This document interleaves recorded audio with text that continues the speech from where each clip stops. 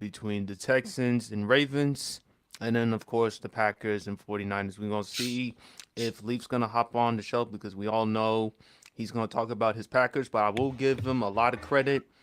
The Packers embarrassed the Cowboys, but we will talk about the Cowboys after the pick after our recap. Yeah. But anyway, folks, welcome to another episode of the Sports PSP podcast. I'm your boy Sports PSP. Got the panel. Got my boy Luis Knows Tunes. How you doing, bro? Pretty good.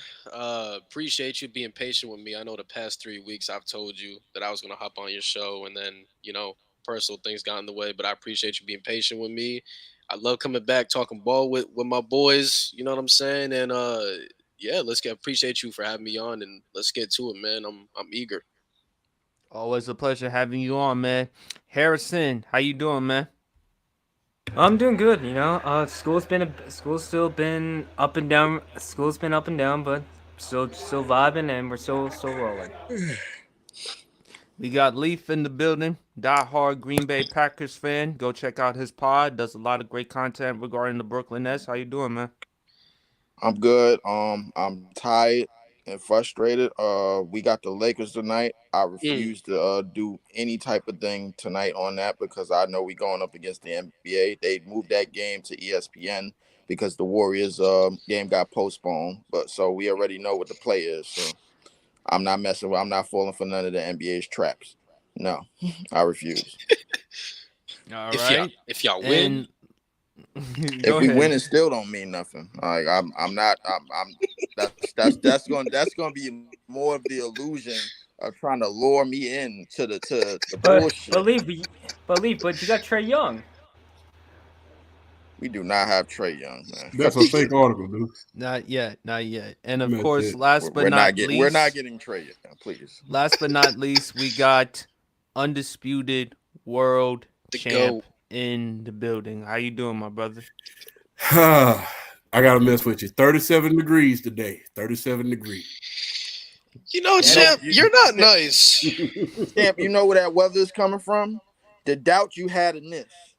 The doubt Yeah, that you had in 37 this degrees. I last gotta week. mess with PSP because he always make fun of me for hating the cold. Yeah, Leaf, I You owe know. you an apology. I was not familiar with your game. I apologize. Jordan Love is him, top 10. Oh, thanks. I Hey, appreciate that. leave. We can dab up with it. We both picked the Green Bay on this one, right? Yes, sir. Yes, Yes, we are. sir. All Yeah. right, Yes. all right, folks. Let's talk about the NFL recap. Let's do it. Let's talk about. Let's talk about first. We're gonna get into Leafs Packers in just a second. Let's talk about the Browns versus the Texans. The Texans embarrass the Cleveland Browns. CJ Stroud played unbelievable, but the Houston Texans defense, they played great. They got two pick sixes on Joe Flacco. Um I'm shocked and amazed that not only Cleveland, not only Houston, how they won though. It's not that they won, but how they won and how they dominated the Cleveland Browns. They now move on to the divisional round against the Baltimore Ravens. Leaf, what are your thoughts about the game, man? What you thought about the Browns Texans game? I thought the Cleveland Browns they put out a literally all time disgusting and despicable display. Um, I don't know what Stefanski or Jim Schwartz was doing defensively because that game was lost in the first half by the defense, who gave up 24 points before Joe Flacco started throwing pick sixes.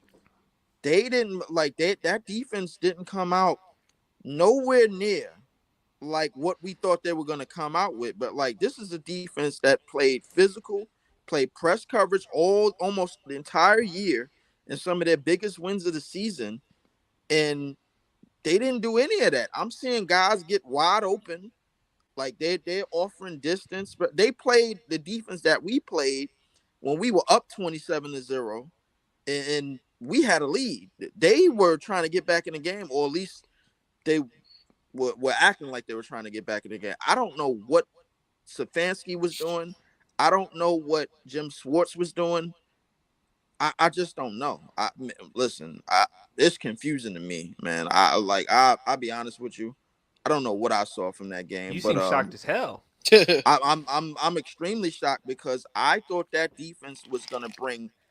They were gonna throw the kitchen sink, the table, everything. I thought they were gonna throw everything at the Texans this game, and I didn't see it. This was a utter disgusting disappointment. It was this Mm. disgusting display, bro. Like, and I like Stefanski. He may have lost Coach of the Year off that game, even though it's a regular season award. I'm like, dude, that's you can't play conservative on defense.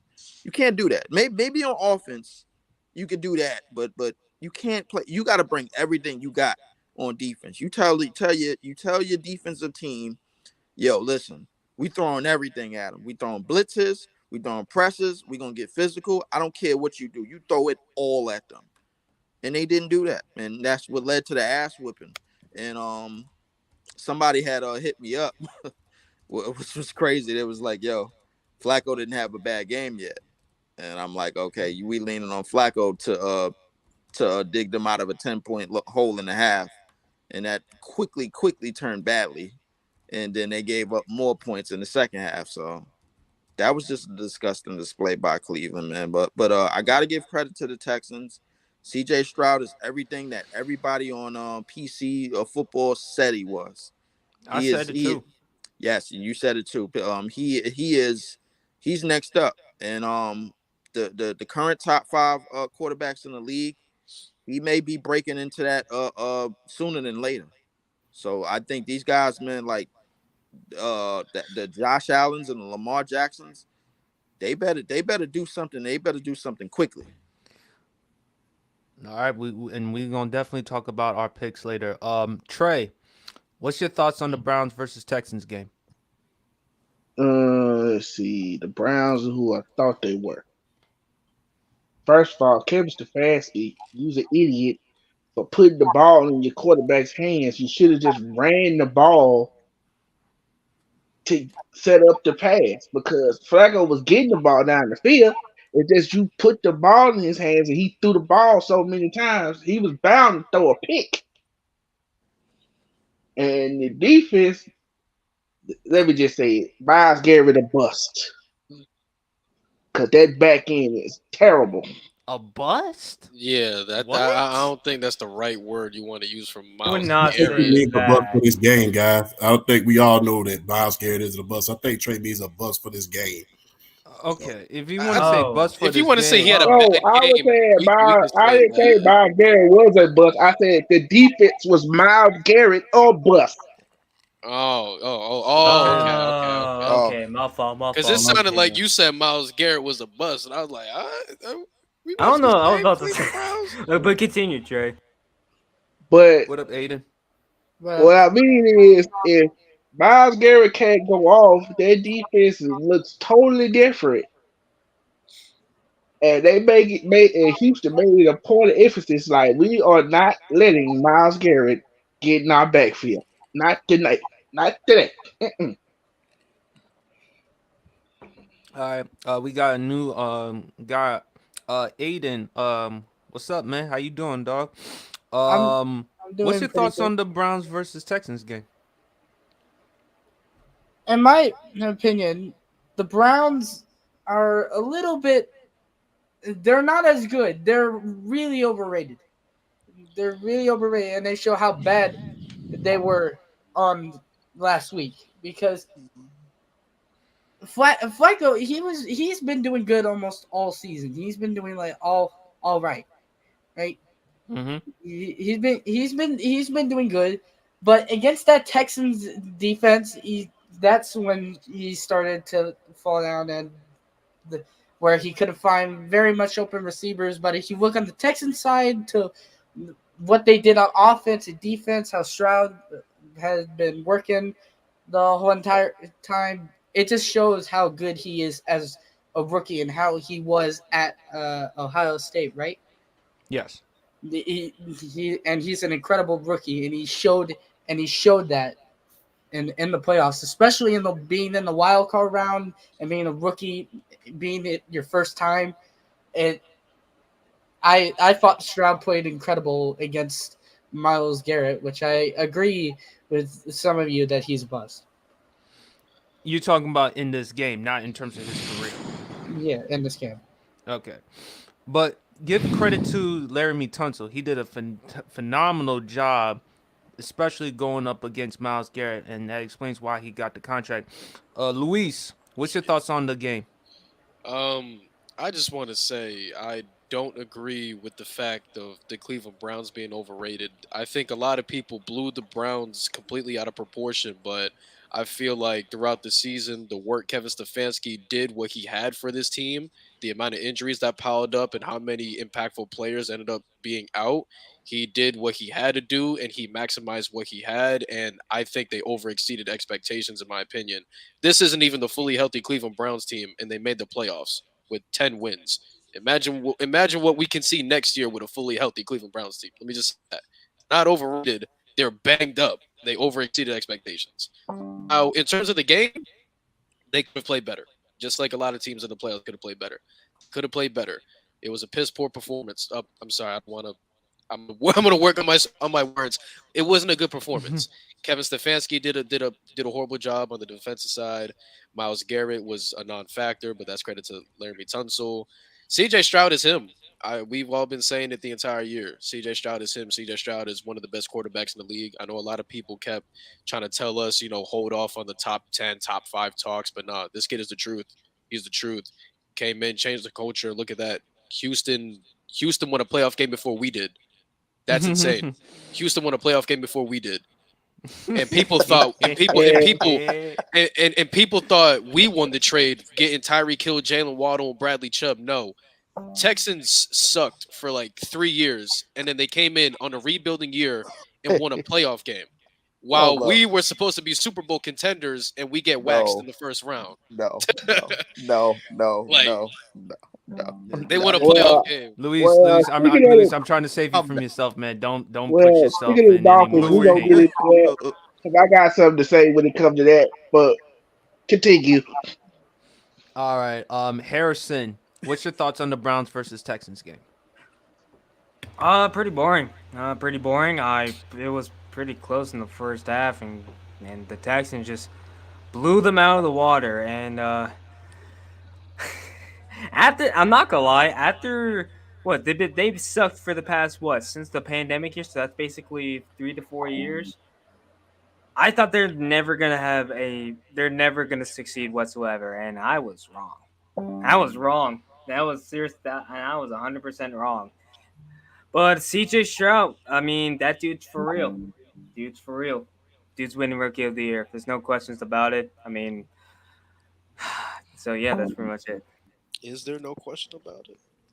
You could argue Puka Nacua, but I mean that's has but the numbers. Yeah, you can argue that, but come on. CJ has the numbers. I mean, he became the 5th quarterback in NFL history to throw for over 4,000 yards. And I told y'all, he has that dog, that it factor. And Champ, he will bring up that game, that Georgia Bulldogs game, even though Georgia pulled off the victory. He told me he was literally screaming at his TV because imagine had Marvin Harrison Jr. had not gotten hurt. Yeah, we was in trouble that game. We was in huge trouble. And the minute he went out the game, I'm like, yeah, we in good condition right now. I was still concerned because the second receiver they had was still pretty good. I will not say that Cleveland is bad. It's just that the league caught up with them eventually. It's like all those injuries, the league just caught up with you. And Flacco, it couldn't go on forever. You knew it was going to end. You knew it was going to be, you knew that him being idle for so long was going to be exposed eventually. And it just happened at that point. And CJ, give a lot of credit to that defense on the defensive side of the ball of the Houston Texans, because people want to talk about CJ Stroud, but that was 2 pick sixes. That wasn't just one pick. That was just one pick. It was 2 pick sixes. Mm-hmm. And not to mention, you got to give credit where credit is due to Nico Collins. Got to give credit where credit is due on that end. Got to give credit to the run game. They was able to close it out. And, CJ Stroud is, what's so funny about CJ Stroud is this is the beginning of the best part. It's the beginning of the best part. As far as the Cleveland Browns, there's an old song by Barry White, "Bad Luck." That's what you got. That's what you got. Mm-hmm. I I'm think gonna. I think it's special. It's incredibly special what's going on over there in Houston.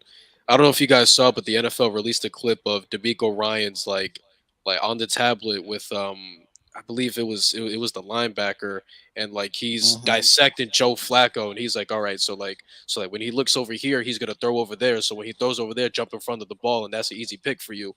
That literally happened the next play. And that's why And I was gonna. And that's why I was crazy. alluding to Luis I because did see that. I did see that. that's why Crazy. that's why I was saying all along about the Houston Texans. It's not just because of C.J. Stroud, who's phenomenal. D'Amico Ryans, who used to play for the Houston Texans, so he's familiar with the Texans organization. He's the type of guy that they got. I think in this one, I picked Cleveland to win this one because Joe Flacco, come postseason time, we see a different Joe Flacco. And before the Texans had a lead, he was playing okay. But then them pick sixes in the fourth quarter, you were only trailing by like 10 points. In the So it third, wasn't like actually. you were Third. no, in the second half I meant. So Yeah. it's not like you were trailing. It's not like Right. you were trailing that bad. But those mistakes, and like I said, man, CJ with the poise, the calmness, Nico Collins has been great. Imagine how worse it would have been had they had Tank Dell in that game. Oh yeah. Could you imagine if they had wow, Tank Dell in yeah. that game? Yeah, Look, it would have They'd been. have bust 200 on. Yeah, it would I have don't. been pretty You bad. know what? Would've I been don't pretty even bad. want to think about that. But like, let's be honest about this Texas team. Oh, shout out Last to year, Dalton Schultz as well. He doesn't get love. Dalton Schultz is great. let's be honest about this. Oh yeah, he doesn't get much love. I've been trying to tell people he's an underrated tight end. This dude, this is somebody that the Dallas Cowboys were going to miss. But I'm sorry, go ahead, Leaf. We need to be more honest about this Houston Texans team. Like last year, they were competing. All they needed was a quarterback. That's pretty much all they needed, and they got it. Leaf, they were competing with David Culley as the head coach. Do you remember that? Yes, they were. They were. Listen, so they had talent, and they were in games. Tank Dell and all of these dudes that they got on this team, man, and everybody, like they were competing. What was it? Damian, I forgot his name. It was that running. Damian Pierce. Damian Pierce, that The running running back. back, man. Like so they've been had pieces. All they needed, if they would have drafted Bryce Young, they would be in the same position they are right now. Well, With a don't mention playoff that. win. Well, here's Look at Sorry him. about that, don't mention that with Harrison because you Sorry, know. sorry about that, man. Harrison. But here's the thing, and I don't think anyone has mentioned this, and I know Champ for a fact has mentioned this. Houston not only won this trade because of course they had the quarterback yeah. in the next future for 15, 16 years with CJ Stroud. Yes. And we're going to talk about this dude in a little bit. Baker Mayfield getting last laugh. Leaf, even you have to admit that. Because no, you got to admit that, Leaf. You got to admit that. Here's why, Leaf. The Browns, Champ told me they wanted an adult at that position, right? So you bring in Deshaun Watson. We already know all his off the field mess. We don't need to get into that. We already know. But you paid him $230 million guaranteed because you thought he was going to be the quarterback for you in the foreseeable future. Now you're looking at Cleveland right now. Yes, they made the playoffs. Yes, they did it with Joe Flacco and stuff. But how is that justifying the contract? Go ahead, Leaf. Well, what I will say about the Cleveland situation, we just mentioned that Louise just mentioned that this team was bombed with injuries and it overachieved. So the thing is that them saying that they needed an adult in a locker room, that could have been proven true to some degree. Now Baker at the time, He was immature. I'll give you that. Baker at the time was not the quote unquote adult in the locker room, I guess, so to speak. And I guess Deshaun Watson, probably not for lack of a better term, hasn't proved that he is so far neither. But I will say this. Everything that's happening with the Cleveland Browns, man, like I think, listen, had they been healthy, like Louise said, bro, like this team, they probably would have messed around and competed a little bit more for that division. I'm sorry. Apologies, Aiden. Apologies, Trey. But to get to this Baker shit, We're gonna get into Listen. Baker Laker. We're gonna get into Baker Laker. Yeah, okay, all right. Bro. Yeah. Let's do that later. Cause And by the way, y'all about to by the way, Leaf, I have a surprise, and you will stay tuned for that. You got two helmets. You got two helmets. No, Oh, no, he's gonna be happy that because it includes Baker, but we're gonna get into that later. So we're gonna save that for later. Anyway, let's talk about the Dolphins Chiefs game. Luis, this was not a great one for you. No. You've been on the record saying you don't trust Mike McDaniel. Nope. You don't trust Tua. Nope. Brian Flores is getting the last laugh because remember, it was reported that he wanted Justin Herbert, not Tua. wow. Here's all I'm gonna say. There's no shame losing to the Kansas City Chiefs, especially with Patrick Mahomes. It's how you lost. That was the big problem for me. No, why, Leaf? What's the problem? No. There's no shame in losing to the Kansas City Chiefs at home, or there is shame to losing to that Kansas City Chiefs team. Even with Patrick Mahomes on worse circumstances, you would still take him over anything. Just like Champ told me about Justin Herbert. No matter how you feel about Josh Allen with them turnovers, you would still take him over Justin Herbert. At home, absolutely. But listen, this is what we need to understand. Miami has been a finesse team all year long, and I think Luis noticed, bro. The strides that Kansas City made defensively, it really kind of saved them because they couldn't finish no red zone drives. True, but Leaf, Kansas City is a really legit defense this season. I don't know if you noticed, their defense has been playing well this season. Their problem has been catching the ball. Marquez Valdes-Scantling, Kadarius Toney, Kelsey's getting up there in age, so you're gonna have to address that moving forward. The only problem that Miami had is that they didn't win the division. If they would have won the division, they would have won this game. Which is why I want Luis to get in. Which is why I want Luis. Y'all was winning in Miami. It was no question about that. I disagree. Go ahead, Luis. The floor is yours. No, I completely disagree. Well, let me just break the game down. Yes, I've been on record for weeks saying I do not trust Mike McDaniel and I do not trust Tua Tagovailoa. The reason one, we were in negative 27 chill degree weather. I'm not worried about the team as a whole in the weather. The main person I was worried about is unfortunately our quarterback, the man who was born in Hawaii, the man who went to college in Alabama, the man who went on record and saying the coldest game he's ever played before he went to the NFL was a rainy day in Hawaii, which is probably 75 degrees over there. And I was worried about the man that we drafted to Miami. So he has no experience in cold weather, especially with things like this. So I wasn't worried about the team playing in cold weather. I was worried about my quarterback. And unfortunately, my fears came true. I'm gonna keep my composure. Is Tua a game manager? That's disrespectful to other game managers. He's not a game manager. He's just there. Okay, all right. Well, I'm just asking. He's just there. He below a game manager. Wasn't Tyreek playing in that game too? Tyreek was playing. Here's the thing. Tyreek was getting bullied. Here's the thing. He was getting bullied, but there was a lot of reps that he won. The problem though, was I see a lot of people online saying Mike McDaniel's coaching this game was terrible. Why are you throwing screen passes? Why aren't you throwing the ball down the field? The reason why he's not throwing the ball down the field is because our quarterback's arm is literally frozen and he can't move it. Exactly. He can't push the ball down the field. Got that noodle arm. He can't. On top of it, like you said, noodle arm. If you look at that deep ball that Tyreek caught, that 53-yard deep ball that he caught, completely that was a great underthrown, adjustment by Tyreek. Completely underthrown, no zip on the ball, and it was literally carried by Tyreek Hill. And on top of that, we don't even have to look at the 53-yarder. We can look at the screen pass that was supposed to be thrown to Devon Achane. I promise you that probably would have been a big gain or a touchdown. There was so much grass in front of him. He completely underthrown screen passes. He couldn't move in the pocket at all. Given the circumstances of our defense and our offensive line, I thought they played pretty well. I'm not going to lie. I thought they gave Tua enough time to go through some progressions and to make something. The problem is Tua is not a cold weather quarterback. He's not. Yeah, exactly. That we were set up from that. So I think he might be tuna fish. I ain't gonna lie. I can't really put any blame on Mike McDaniel because the whole point of the coach is to work to the strengths of your quarterback. And unfortunately, there's not much strengths you can do with Tua in cold weather, especially in negative 27-degree weather.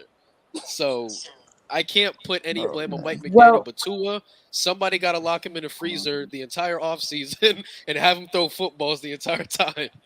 I'm not gonna lie. Go ahead, Aiden.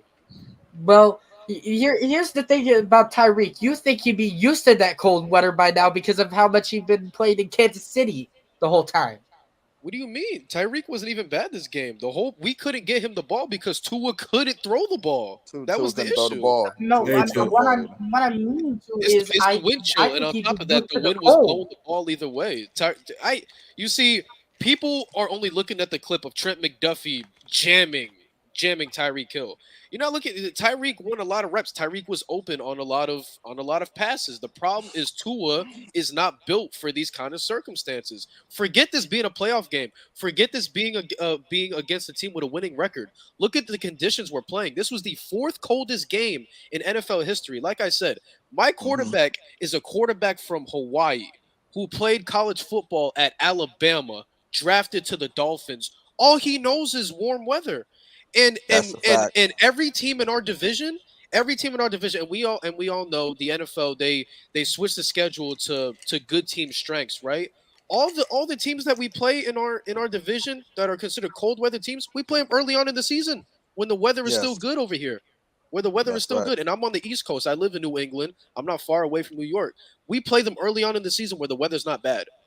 But Louise, bro, that's even more reason why this season y'all had to seize the opportunity of trying to go for the division. Bro. I agree. If y'all would have won the division, we wouldn't be having this conversation right now. It's a guarantee that y'all would at least won one game in this post. Y'all ain't win a game since 2000.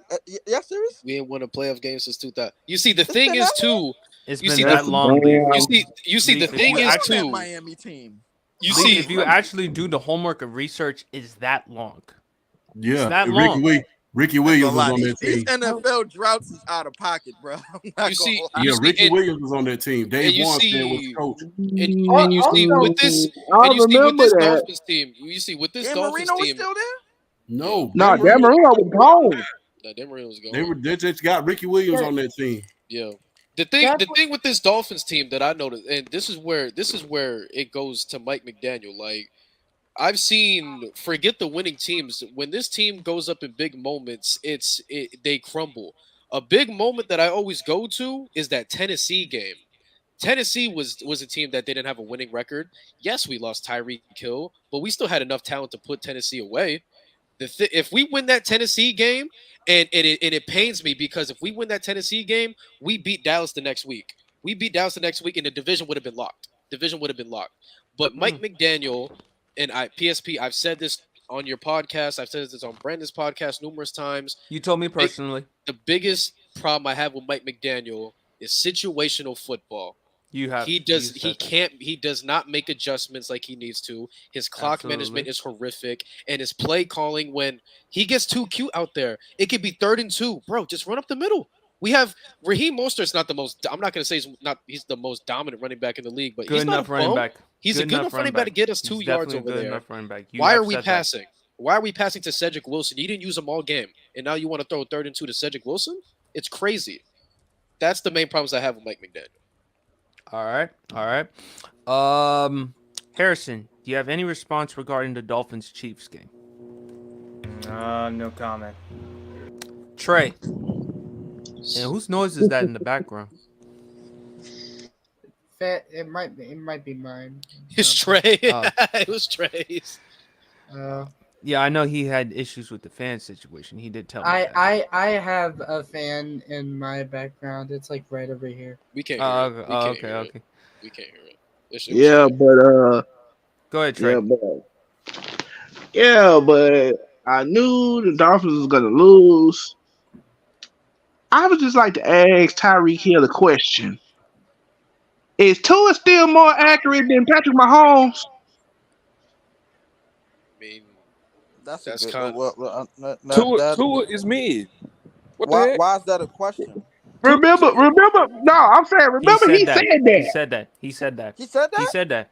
He Yeah, said he Tua said is that. way more Yeah, he said that, accurate yeah, than he said Patrick that. Mahomes. This is once he was traded to Miami.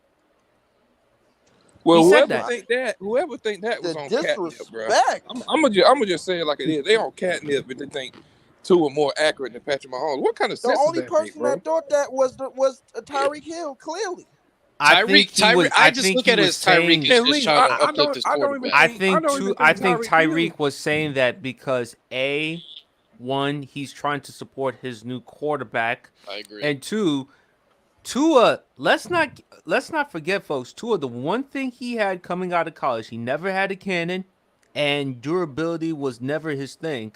But accuracy, anticipation, he did have that. Way more accurate than Patrick Mahomes. I wouldn't go that far. But there was so he one Rich component there was one component that he had though was accuracy, Leaf. That was one component. If you actually watch highlights of him going back to Alabama, Tua had accuracy. He just never had a cannon of an arm, and the thing that also hurt Tua was durability. Those have been the issues with him throughout his career.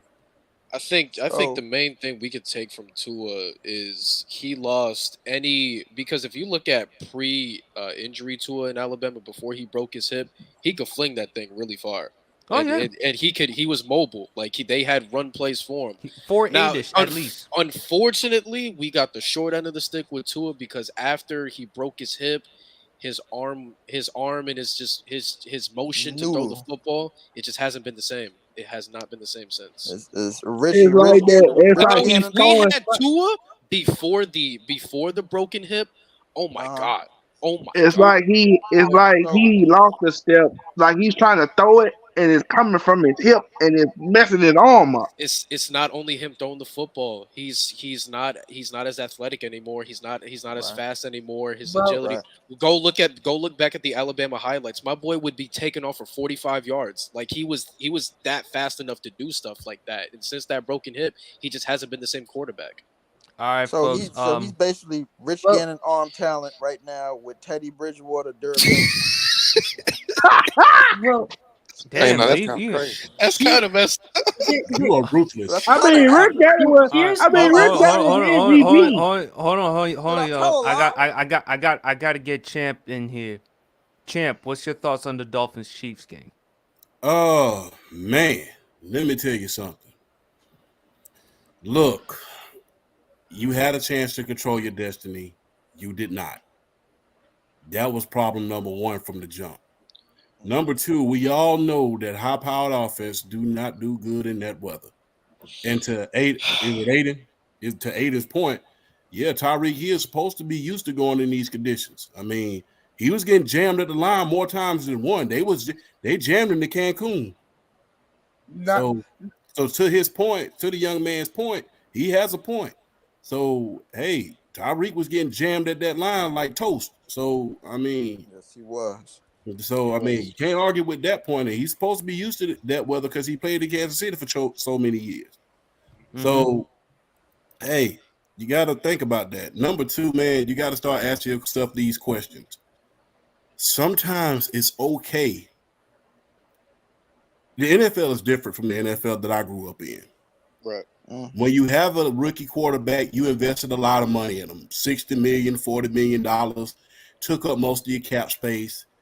You know, hey, now that's not the case. When is it time for you to start giving up and say, look, man, we've gotten all we can get out of this situation. We don't see this is only the first year, the very first year that we've seen Tua's durability. And my thing is you go right out there and lay an egg in the playoff game. Not only lay an egg in the playoffs game, you only scored 62 points the last 4 games.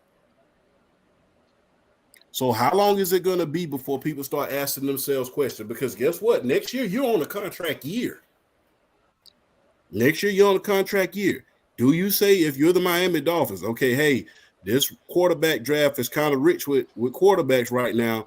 Hey, let's draft one just in case Tua come out here and his body starts failing, or he lays an egg out there. Because, like I said last week, that offense is a quarterback's dream. Yeah, sure is. That is a quarterback's dream. Yeah. You got 2 running backs in the Mike Shanahan West Coast zone blocking system. My thing is, Louis. You got, oh man, you got. That means you got running lanes big as my bed. So that's a big old bed. It's bigger than my bed. So it's a bad analogy, but still, it's a. Oh man, that's a horrible analogy. That's a horrible. Well, the California King bed is bigger than the California King. Yeah. Bed. So I mean, you got running lanes that big. So you don't have to worry. The pressure's not always going to be on you in order to be the greatest that you could be. You're not asked to be Tom Brady every single week.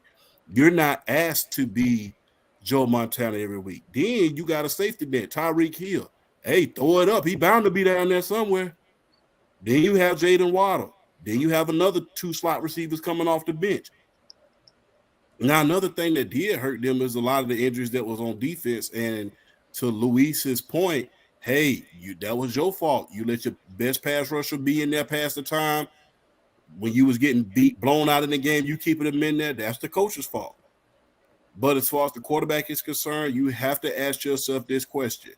You are in a quarterback's dream right about now. Yeah. There's no reason for you to be getting stopped in the divisional round. You are in a dream system. Mm-hmm. Bubby Brister succeeded in this system. The problem the main problem that we're you did not. The main problem that we're in right now. Champ, I know who that is. You did not just say that shit. Nah, am I lying? No. He's not lying. Well, hold on, guys. I want to get Aiden in here. Aiden, you want to say something? Yeah, I want to say this. They wouldn't be in this problem anyway if they didn't lose to Buffalo. If they didn't lose to Buffalo, they wouldn't even have to face Kansas City. They would be facing someone else, and I think Buffalo would be facing Kansas City in the first place. But if you didn't have lost in that division game when it was so important, then you wouldn't be in the problem of being in negative 20 cold weather against Patrick Mahomes, Travis Kelce, and the whole entire great offense to where Tua can't even throw the ball because he's used to 75-degree weather. No, they was doomed when they played us. For me, the game that screwed us over was the Tennessee game. Because we literally beat Dallas the next week. That's what angered me. We win that Tennessee game, and then we beat Dallas next week, like we did. Division's locked. We don't matter Buffalo. We win or lose against Buffalo. So I want to answer Champ's thing.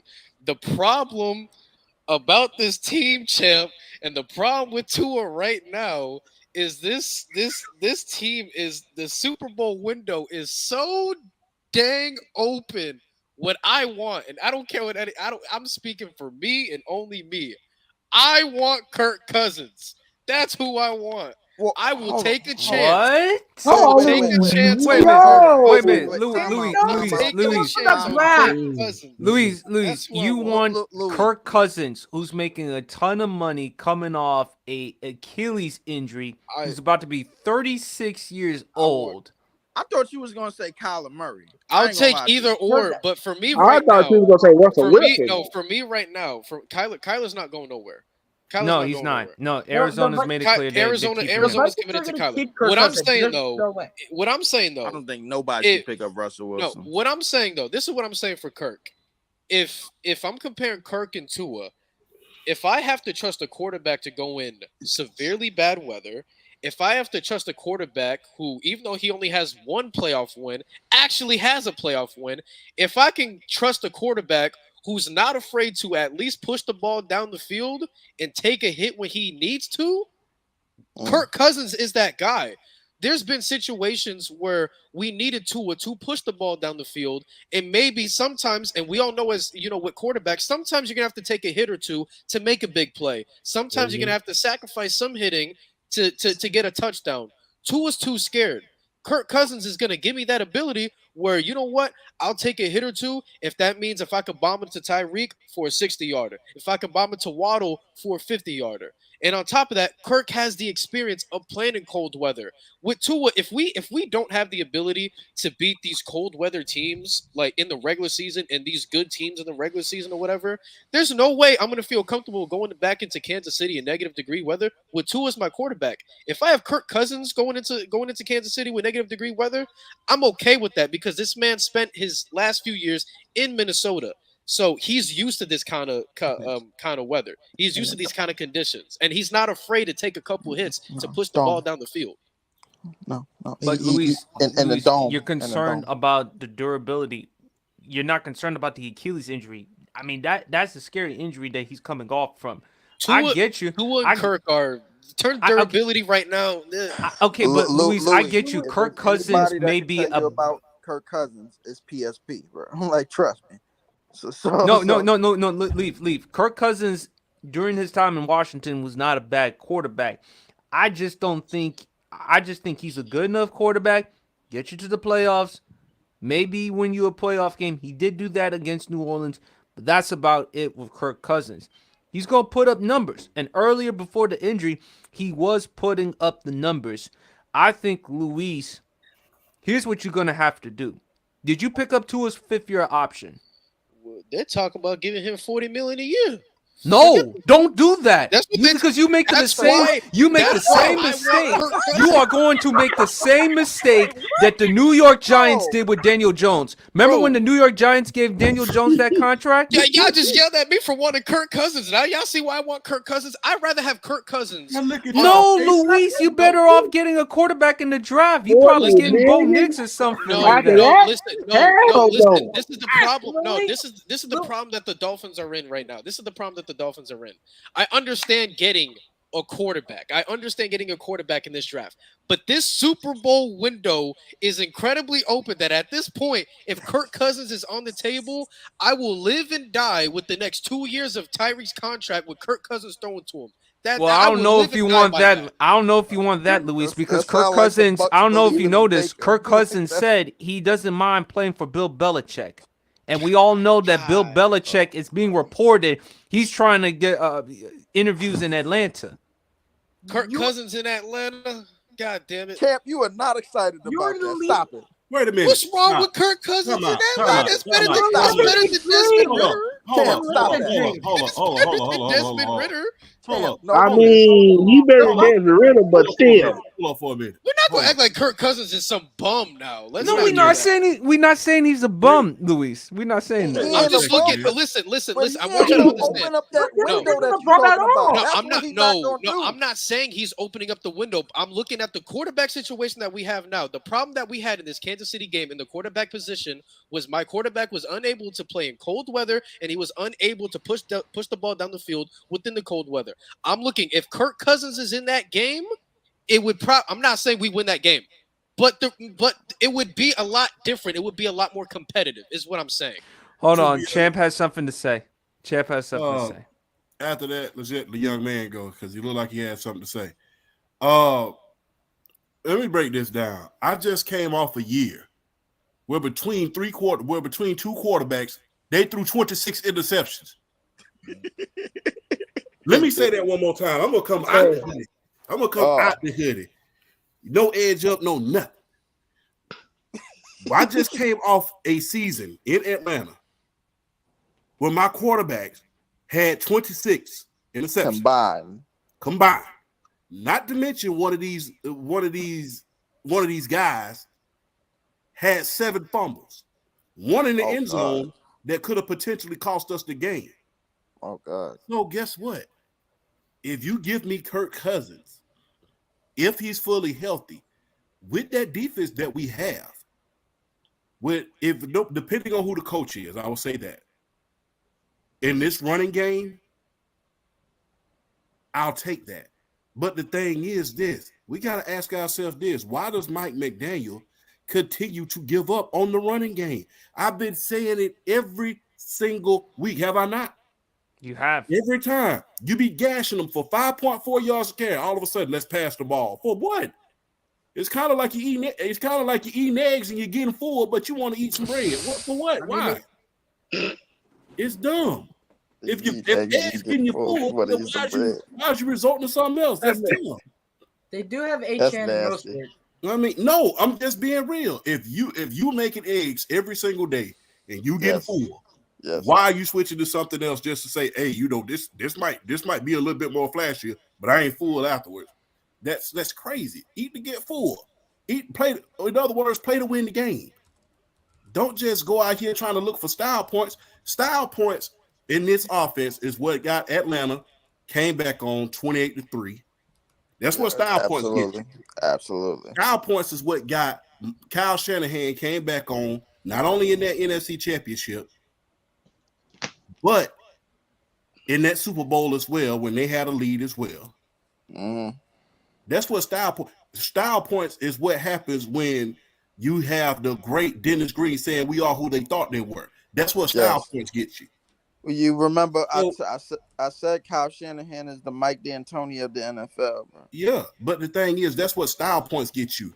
And this offense is conducive to what? The greatest thing that ever happened to Mike Shanahan was who, guys? Mm-hmm. Terrell Davis Terrell in that Davis. running game. Mm-hmm. Right. So guess what? This system, this zone blocking system, is built for the running game. You got a running back running a 4-1.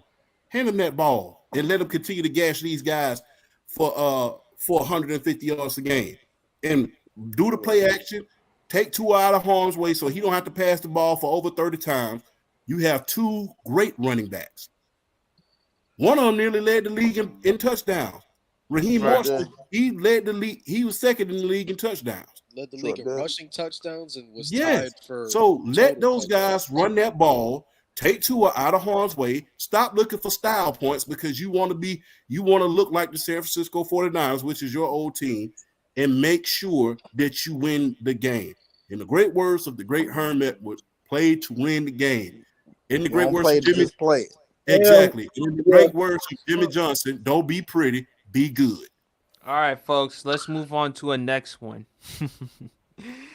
Please. I hate. Oh my think- God! I hate I'm Mike thinking. Tomlin. I'm thinking of Leaf right now. How you doing, Leaf? I will give Leaf credit, even though he can be a pain in the butt from time to time, but he has been very adamant about his Green Bay Packers.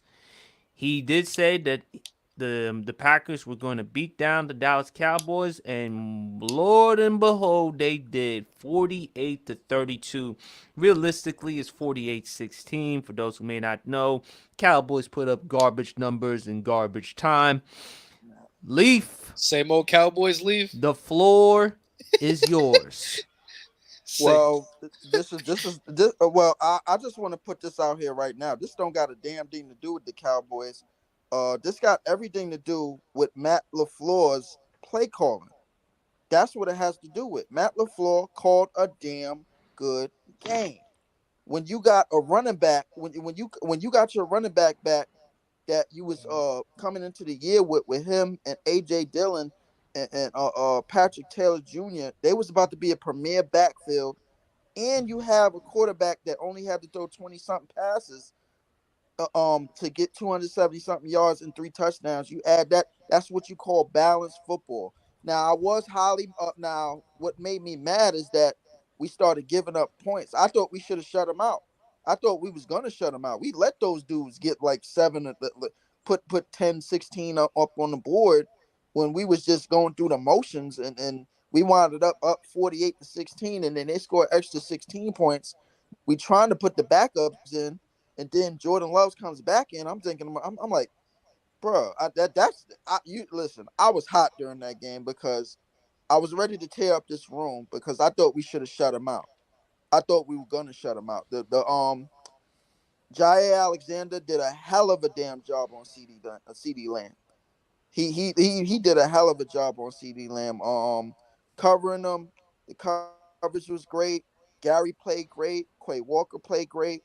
Everybody, listen, youngest team in the NFL, and we're gonna do the same damn thing this Saturday.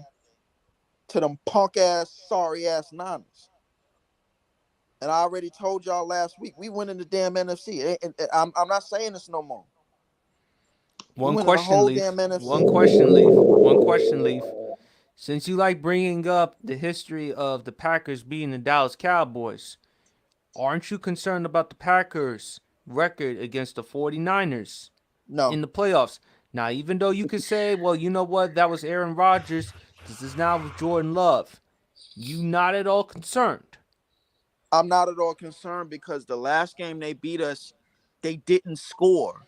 They won the game off of a punt block and a touchdown. They won the game off of special teams. Matt LaFleur called a damn great game that game because Kyle Shanahan is once again the Mike D'Antoni of the NFL. He's an idiot.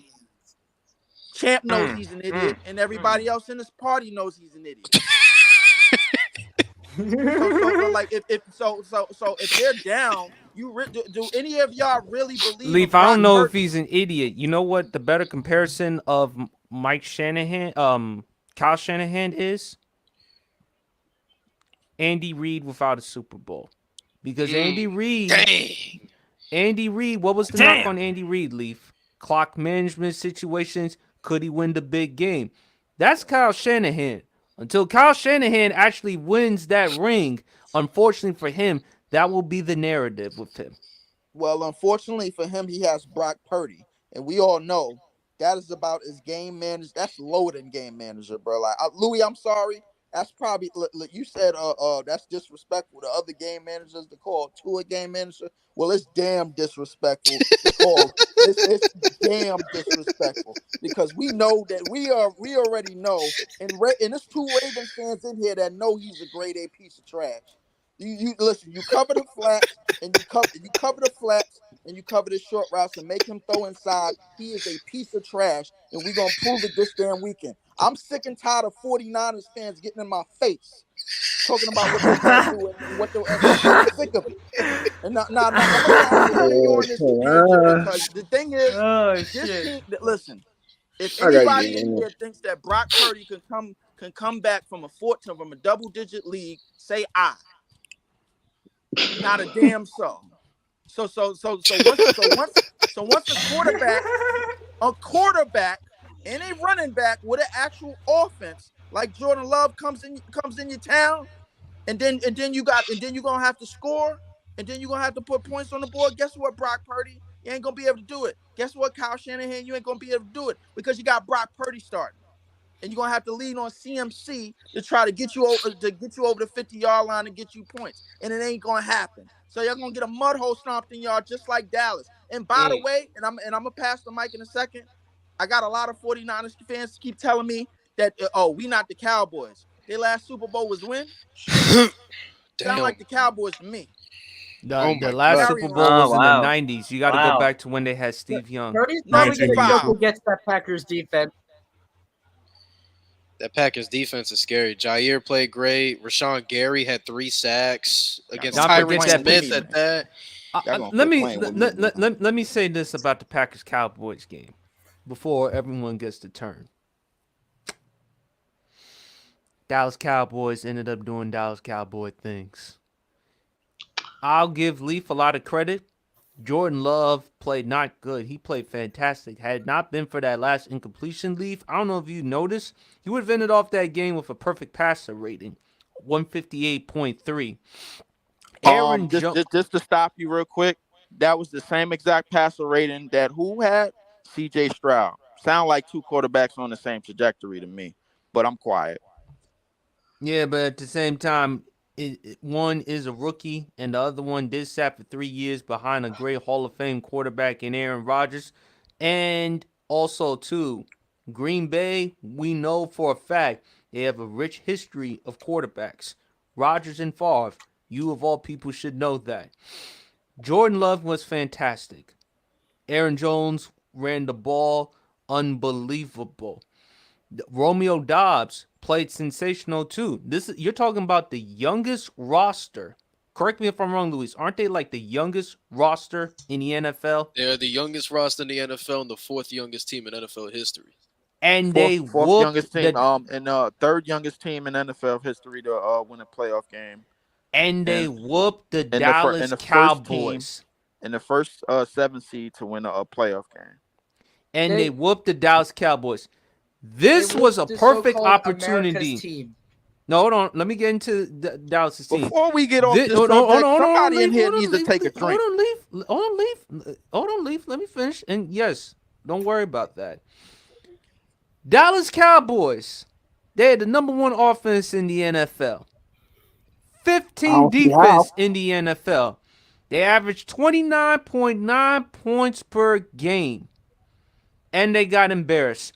Dak Prescott, who in my opinion is a top 10 quarterback in the NFL, damn sure didn't look like that on Sunday afternoon. Got embarrassed by that defense. They were up 27-0. Dallas Cowboys, they failed. They came short of expectations. Yet again, I'm happy. And the only reason why I'm happy, even though I predicted the Dallas Cowboys winning, I get to see Cowboys fans in pain. And Cowboys fans, leave. I know you deal with a lot of Lakers fans. I know you deal with a lot of other fan base. I can't find you a more obnoxious, annoying fan base out there than the Dallas Cowboys. You and I, we live in the East Coast, Leaf. You live in Brooklyn. I live in Jersey. Cowboys fans are like everywhere, man. They are obnoxious. You know that for a fact. And now they dead. We're not going to be seeing them again. I'm from CT, I don't wanna talk boy. about I'm from CT. Oh, you boy. gonna be seeing them again. Yo, If you gonna see think them again. not You gonna see oh, them you gonna again. see them again. Let me, And by the way, before we move on to this next subject, Jerry Jones, all this report about him keeping Mike McCarthy, no surprise there. Jerry Jones is gonna continuously hire people and bring in people that he likes until he leaves and departs from the Dallas Cowboys. Dallas Cowboys ain't winning anything. would The you report. be surprised? No, if they no, I'm extended? not. No, I'm not surprised. You know why I'm not surprised, Luis? Let me tell you something. Why? When you reach a certain point in age, Jerry's what, in his 80s now? He's Something 81 like- years old. Something like that. And when you worth billions of dollars like Jerry, what's the likelihood of you changing? You Yeah, you don't ain't. care. You don't care. You ain't changing. I told you. Chip, Yeah, can you back me up David. on this? Chip, can you back me up on this? Did Jerry Jones not invite Mike McCarthy over to the crib for beer and nachos? Yeah. Beer and nachos is crazy. That's crazy. He invited him over to the crib for beer and Jerry nachos. Jones show ain't gonna change. That's the reason why they keep him. But only reason why he keep him is because he a yes man. Leaf would know that. Leaf, he worked for Mike McCarthy was the head coach for the Cowboys. He had Brett Favre and Aaron Rodgers. Brett Favre for a little bit, but mostly Aaron Packers, Rodgers. head coach for the Packers. And what has he been since? He's been a Super Bowl champion off the back of Aaron Rodgers won. Thank you. Thank you. listen, Not only he's- Aaron Rodgers, that defense with Clay Matthews and defense Charles Clay Woodson. Matthews, Charles Yeah, Woodson, and then they tried That team to- was, that team was stacked on defense. and That's BJ Raji and Hey, everything. And then That's we had to send Troy Polamalu on his way. But listen, I didn't want to contend. The reason why I didn't want to get to the Cowboys side of things because this is not about the Dallas Cowboys. This is about a coach that got out of his way and put together a great goddamn game plan that we should have been putting together all season long, bro. Like, listen, Louis, you have been on podcast after podcast saying probably for the last week that if he been calling the plays right all season, guess what? CJ, not only CJ Stroud has a good year at the quarterback position, but Jordan Love probably has something close to an MVP year as well. So the thing is, if you come into the season for the premier backfield, and if you only have to throw the ball 20-something times, this shit. You talk about a quarterback's dream over in Miami. This is a quarterback's dream here in Green Bay. Yes, If you really think about it, Yes, you are, Leaf. Because again, remember, he had to sit for 3 years behind Aaron Rodgers, just like Aaron Rodgers had to sit for 3 years behind Brett Favre. And what that ended up Super Bowls, multiple league MVPs, Rodgers and Favre, first ballot Hall of Famers. Mhm. But You got something to look forward to with Jordan Love, and he's 25 years old. And Jordan Love, shout out to him. First playoff game, he played fantastic. Over 4,000 yards, 30 touchdowns. And by the way, Champ mentioned this. He's the only one who's mentioned this. First year as a starter as a Green Bay Packers. Took them to the playoffs and also won a playoff game. That has to be said as well. But I'm gonna just say this when it comes to that. It's like it's the Cowboys. What did you expect? You expected the Cowboys to come out there, and I expected the Cowboys to get dog walk because they get dog walk every year. Although we can say it's just the Cowboys for Matt You LaFleur, can't discount the Packers. we can't for Matt LaFleur to come in with the youngest roster in the NFL with no Pro Bowlers, only one All Pro, which is I believe Keyshawn Nixon on the return man. Look, for him to do this without Christian Watson majority of the year, without Aaron Jones majority of the year, the Packers don't even have David Bakhtiari, and he's been out for the entire year, and he's coming back next year. Jair has missed significant time. It's like we can say, oh, it's just the Cowboys, but for Matt LaFleur to do this with this kind of team, a lot of coaches would have folded with this team. Absolutely. But Matt LaFleur didn't fold with the team because he looked at the film and he realized, oh, this team is stupid. They're gonna shoot themselves in the foot. That's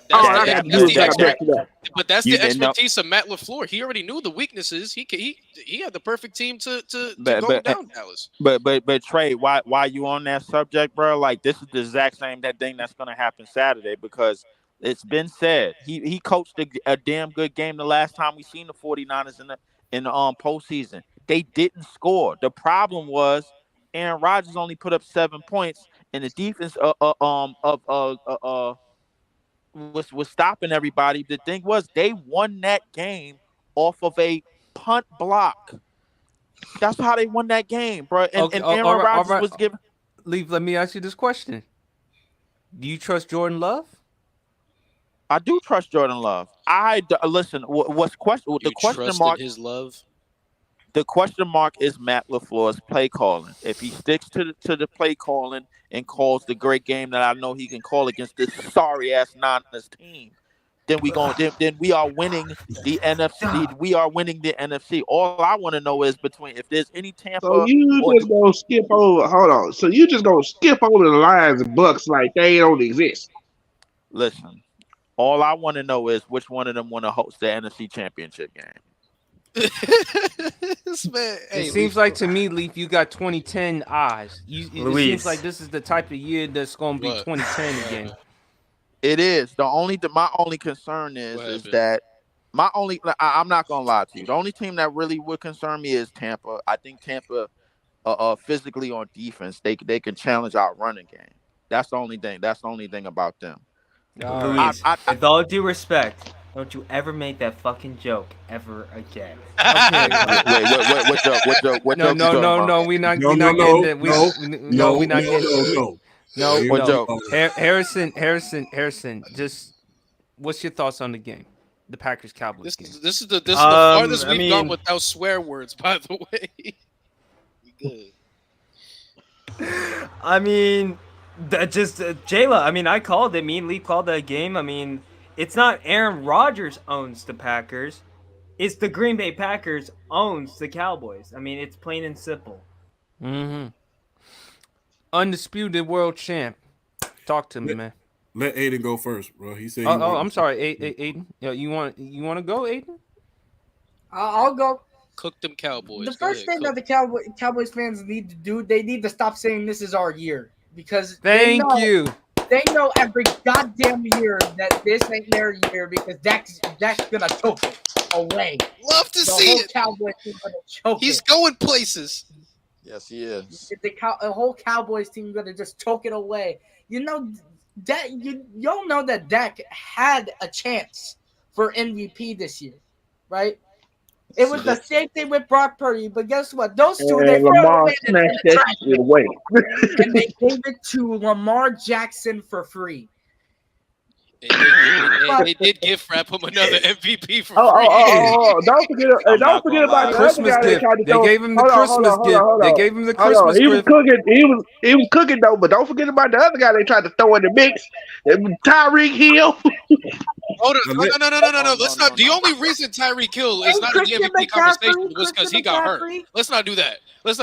The reason Tyreek Hill's not in MVP conversation is because he got hurt in Tennessee and then he missed the next week against the Jets. Let's not do that. Because if Tyreek Hill did not get hurt, he's going over 2,000. He's going over 2,000. Trey, you know that. Trey, We don't just gonna Trey, sit don't up dare here. sit up in here and lie. Don't Trey, dare we're not sit up gonna in do here that. and lie, He bro. got hurt You know, against. Nah, He got but hurt you against ain't wrong. you know good You and ain't damn well wrong. Tyreek Hill was the Trey, MVP stop. up He into got that. Trey. up We're not into doing You that that. ain't We're not doing wrong, but we ain't gonna sit up here and act like when he came to Baltimore and he had a chance to knock our head off, what happened? He Trey, dropped the ball. No, Trey, what you're not understanding is this man was literally 1 yard away from 1,800. You know what that means? If he played the full game against Tennessee and if he played the full game against the Jets, that's 100 yards each that he could have had. He doesn't even need to go off against Baltimore. He could have had 2,000 way before Baltimore. Could have had 2,000. So let's not go off and say Tyreek Hill didn't deserve to be in discussions because if he doesn't miss that full Titans not game, gonna- we're I'm not not gonna Hold He on. goes 2,000. I think Aiden, we all we gotta let disrespect Aiden the finish. CMC We gotta too. let Aiden finish. CMC too. I'm sorry, Aiden. Keep going. Go ahead. Aiden Cook, Go ahead. man. Keep cooking, Aiden. That Go ahead. I want to say that was just still a joke. That was just still a joke. We all know that from the start of the season to the end of the season. We all know they a joke. We all know Dak's a joke. He a clown. He a clown. He ain't that good of a quarterback. We all know that. Ooh, he cooking. Tony Pollard. Keep going. Tony Keep Pollard. going. You He ain't might be good. a Keep good going. running back. Keep going. But Keep going. He may be a good running back, but he ain't that.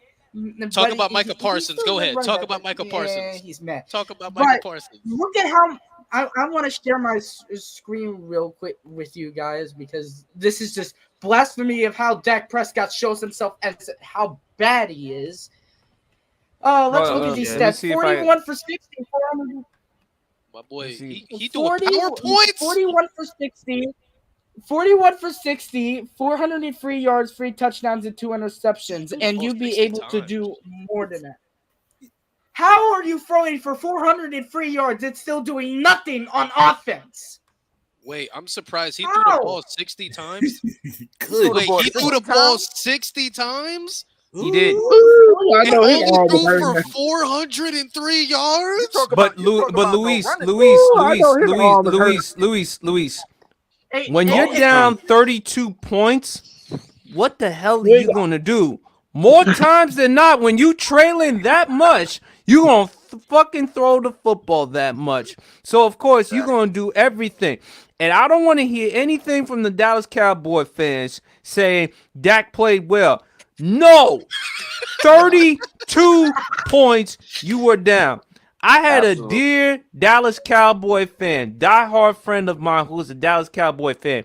He told me hours after that game, I'm done. I am no longer a Dallas Cowboy fan. And I asked him one question before he left the house. Is Jerry Jones the problem? Man, you ain't gotta ask that, man. You know what he said? No. It's coaching. It's Mike McCarthy. Dak, to Aiden's point. You know what? Let me say this to Aiden's point. And Champ will probably hit this on the head. I guess the media really does owe Cam Newton a big apology. Cook. They really got to owe him a big apology. Because remember when Cam Newton said Brock Purdy, sorry, Luis, Tua, Jared Goff, Dak Prescott game managers, right? Cam Newton got criticized, most noticeably from Kimberly Martin. Talked about his outfits, the basement, personality, forgetting the fact that Cam Newton is a former #1 overall pick, former league MVP. The year when he had to go without Calvin Benjamin, who, as Booger McFarland from ESPN once said, he's one Popeye's biscuit away from being 280. Jesus Christ. 35 touchdowns, 10 interceptions with his best weapon, Greg Olsen, took him to the Super Bowl. I can vouch for All that. of a sudden, he's unqualified to give his assessment on football. Aiden, you were straight up cooking. There's no question about that with the stats and the numbers. Here's one thing. Go ahead, Aiden. All three of them are the problem. McCarthy, Jones, Scott. McCarthy, Jones, and Prescott. They're all the problem. Cook. Which is why Jerry ain't gonna pay him $60 million per year. Man, he gonna Jerry ain't gonna pay him that type of money. He gonna pay him. Go ahead. I understood how good he was as the Packers head coach. He had that coach as he is now. He wasn't that can't leave. That's all I'm saying. Leave. How's that game? He was never that good as a head coach. Even Leaf will tell you that as a Packers fan, he had the luxury of playing with Aaron Rodgers. The play caller was ass. It was Aaron Rodgers running around the field, and it was the defense. That's what it was. He wasn't that good. It was Jordan. It was Randall Cobb. It was everybody else on that. Devontae, you forgetting Devontae? It was great. Hey, remember what they were calling Devontae that time? They were calling him Drop Vontae that time. They were calling him Drop Vontae. Put that team on his back. So I have a question because Harrison has not talked a lot, and Harrison, I like to pick on you, but I'm not going to pick on you. I actually want you to rant about something because you being a Panthers fan. Has Cam Newton been disrespected a little bit too much recently because of his take? Yes. Because you're the Panthers fan, so this is your time to defend your boy. Yeah. What he said, Brock Purdy, Tua, Dak, and Jared Goff, game managers. Or game managers. What Cam did in 2015, his best wide receiver was Greg Olsen. We also had Ted Ginn, Corey Brown, the dude's. Don't know where he's been recently. Ed Dixon, our backup tight end. He had Fozzie Whitaker. Track star. No, Ed Dixon. I said Ed Dixon. He was our backup tight end. He also had Fozzie Whitaker as one of his backup running backs behind Jonathan Allen. Cameron Artis. Hold on. Let me cook you. Go ahead. Cameron Artis Payne. Brenton Burson. The team was so bad. That's my mailman, ain't it? like Harrison, I don't want to be rude, but on paper, that team is so bad. But guess what? It was Ron Rivera, Jerry Richardson. Hold on, Leaf. Let me cook here. Hold on. Let Harrison go. It was Cam, Greg Olsen, and Jerry Richardson. Team is so bad, bro. Well, let's not discount that defense because Luke they had a great defense. Josh Norman, they had a great defense. Luke Kuechly, Josh Norman, Thomas Davis, Kirk Coleman, Roman Harper when he was old as fuck. Josh Norman was a system corner. That 2015 year, though, he was arguably the best corner in the league. You're trying to get me upset because you know what Washington had to do by paying him that ton of money and how that panned out. Don't get me started. But 2015, don't get me started. 2015, Josh Norman, top 3 cornerback. He played for a contract, Louise. Man, come on now. Hold on. Oh, wait. Hold on. I forgot one more. Exactly Go ahead, Harrison. Go ahead, Harrison. We forgot Cortland Finnegan. You forgot about that. Yep. Starlet Tule. What? K1 Shorts. Jared Allen. Yep. And this is not a prime. And this wasn't a prime Jared Allen. This was an old Jared Allen. You talking about the center from the Cavaliers? No, Lou. No. The old defensive end from the Minnesota Vikings. I know Jared Allen. Yeah. But again, it goes to piggyback. That team sucks. Cam Newton said, all them dudes is game managers, and everyone criticized Cam Newton for saying, how can you say that about all these quarterbacks? Imagine if Cam Newton actually had these types of weapons he was throwing the football to in a Tyreek Hill. Or in Brock Purdy's case, in a Brandon Ayuk or George Kittle or stuff like that. Champ, I'm going to let you have the floor on this one because I always want to hear what you have to say. You are the brilliant one here on the pod. What do you got to say regarding the Packers No, you better have Cowboys that game? drink ready. Hey, I got it ready, but due to some circumstances, we're not gonna air it out right here. All right, you get what I'm saying. I know. All right. one quick. I gotta say this though. Packers are the richest quarterback franchise, arguably in history. Bart Starr, Don Mikowski, Lynn Dickey. Y'all don't remember Lynn Dickey back in the 80s? A little bit. I remember. I Yeah. kind of remember him. I mean, Don Mikowski. I think I already said him. Don Mikowski, Brett remember Favre, Don. and then people always want to pay attention to the starters. What about that quarterback room they had in 1996 when they went to the Super Bowl? Right before they cut Kurt Warner, when they had Matt Hasselbeck, when they just had let Mark Brunell go in the expansion draft to the Jaguars. All of those guys were sure quarterback. We sure did. Yeah, I forgot And let's about not Mark forget. Brunell. Yeah, 1995. That was arguably the richest quarterback room ever. Matt sure Hasselbeck, was. Mark Brunell, Brett and then Favre. I think Brett Favre, and then Jim McMahon. He was on that team. He was on like injured reserve or something. We knew he wasn't going to see the field unless he tripped off. Yeah, the Jim grid. McMahon was done. He was done. But yeah, that is the richest quarterback. And they stole, and I hate to say this, they stole that formula from the 49ers. Because the thing is, no. You gotta let me cook now. Let the old man speak. Let champ cook. Remember when Steve DeBerg first started with Bill Walsh? Right. Remember who he bought in 2 years later in order to replace Steve DeBerg?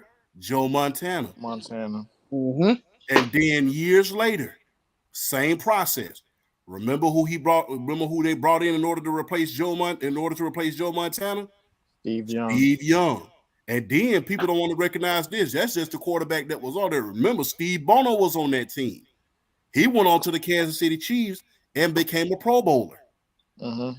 Not to me. Then go further a little bit more. Steve Young is out. A few years later, who do they have? Jeff Garcia. Then years later, after Jeff Garcia, all those guys, after a whole drought, you bring in Alex Smith. Tim Rattay before Alex Smith, though. Yeah, Tim Rattay. Then Alex Smith. Then Cap. Then Cap. Mm-hmm. Then they had a carousel. They brought in Jimmy Garoppolo, who the team didn't draft, but they brought in Brock Purdy. Who would ever thought that he would become what he is right now? Granted, he's a game manager, but he's serviceable. So San Diego, San Francisco, Green Bay, 3 richest quarterback franchises in NFL history, with Green Bay doing it the best, because nearly every single quarterback that they had fully invested in, depending on how Jordan Love makes it, Super Bowl. If he wins the Super Bowl and makes the Hall of Fame, boom. Yeah. And I thought you was gonna bring up you missing one out of that 49ers group though. Mm-hmm. The quarterback that I hate the most, Elvis Kerbeck. Not him. Oh Jesus. God. Oh, he was a shit show. Oh. So, champ, let me ask you It was this a question. Mid-show. Leaf makes a very valid point. He talks about Matt LaFleur did a fantastic job, and he definitely did with the play calling with this young roster. Does this have to do more with the good Packers or the bad Cowboys, in your opinion? To be honest with you, you have to be honest with ourselves. Is this: if we're going to show this same energy of mediocrity towards Mike Tomlin, then we got to have it towards Mike McCarthy. Yeah, he should have had it a long time So ago. my thing is, people keep criticizing Mike Tomlin. Well, he's coming up short every year. That's not the Pittsburgh standard. Okay, cool, fine, fair enough. But when it has not doing so much as making the NFC Championship been the Cowboys standard, at least by fan and owner standpoint. How mediocre can you continue to be before you're ousted? And my thing is, another problem is Jerry Jones.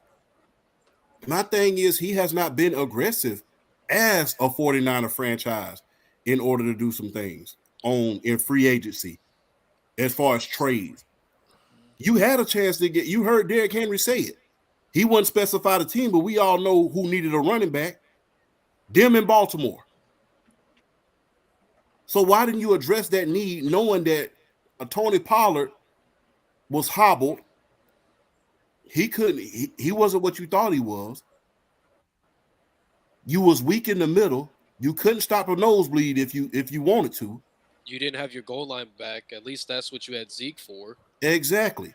You have a didn't. goal line You back. don't have a lot of depth at the line. Your linebacker core, despite Michael Parsons being an All-Pro linebacker, y'all can't stop the run. DeMarcus Lawrence on the other side. You can't stop the run. And the fact that you went through this entire season knowing that and didn't address it goes to show how bad you are, not only as a general manager, but as an owner. If you see a need, you need to go out there and get it. You had an opportunity to go get Chase Young. You had an opportunity to go get Montez Sweat. I mean, as far-fetched as it was, even though Shaq Leonard didn't do a lot, you had an opportunity to get a Shaq Leonard. He was in To your at least building. show your fan base that you're trying to address these issues. And to piggyback on what you just said when it comes to the running back position, they asked Dalvin Cook, like, why did you choose Baltimore over Dallas? And he said, oh, it was a no-brainer. It's like, Dallas or Baltimore, please, I want to go to Baltimore. Yeah. And the thing is, look, we could blame coaches. We could blame quarterbacks. This has been a pattern. What you consistently do is who you are. We saw this with Tony Romo. We saw this with Quincy Carter. We saw this with Steve Hutchinson. We have not seen them reach so much as an NFC championship since the 90s. And my thing is, why wouldn't you, as an owner, see the great Bill Belichick and say, okay, this is already a good team right now. This is already a good team. I just need to add a few pieces on here. I need to step my behind out the way and give them reins to my son, Stephen Jones, who stopped him from drafting Johnny Manziel. Manziel. Can you imagine the disarray the my franchise would God. be in right now if he had done that instead of drafting Zach Martin? Exactly, champ. But here's the thing. Here's the problem. And I've told Cowboy fans this for far too long. Talent. They loaded with talent, champ. No one could argue or question or deny their talent. But at the end of the day, what's been the one constant? Jerry Jones. Jerry Jones. And Jerry champ, Jones. I don't know if you feel this way, but I do. The moment he fired Jimmy Johnson and got somebody else to win a Super Bowl, that may have been the worst thing that ever happened to Dallas Cowboys history. You know why? Because it gave Jerry the validation. I don't need a great head coach. I don't need a great GM. I can do it my way. Well, Jerry, you've been doing it your way for almost 30 years. You have not won a Super Bowl. You have not been to a Super Bowl. You haven't been to an NFC Championship game either. And this is a failure for the Dallas Cowboys because they should have been to an NFC Championship game. You clinched the number 2 seed in the NFC. Dak statistically had his best year of his career. Defense still top 5. But yet again, Dallas Cowboys, no matter what, keep coming up short in the playoffs. They keep coming up short in the playoffs worse than James Harden. That's how bad it has been for the Dallas Cowboys. So, Leaf, I'll give the Packers a lot of credit. I'll give Leaf a lot of credit himself. He's been on the record saying that the Packers are going to go to the NFC. Stop looking at me like that, Leaf, like you about to do something. I'm going to put most of this on Jerry Jones because Jerry Jones ain't changing. Jerry Jones going to continuously do whatever the hell he wants to do. And I keep telling Cowboy fans this. Until he departs from the Dallas Cowboys, you ain't winning anything.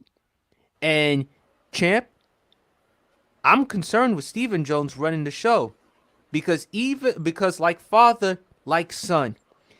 You brought up a great point, and no wonder why I spend so much time with you. I feel like you try to steal some of my moments. Jerry tried to draft Johnny Manziel, but Steven talked him out of it and said, "No, we want to draft Zach Martin," and it was the great choice because no matter what, Zach Martin, it's a no-brainer. He's going to go to Canton. He's going to be in the Pro Football Hall of Fame. He's one of the best at his position. Jerry Jones is too hands-on.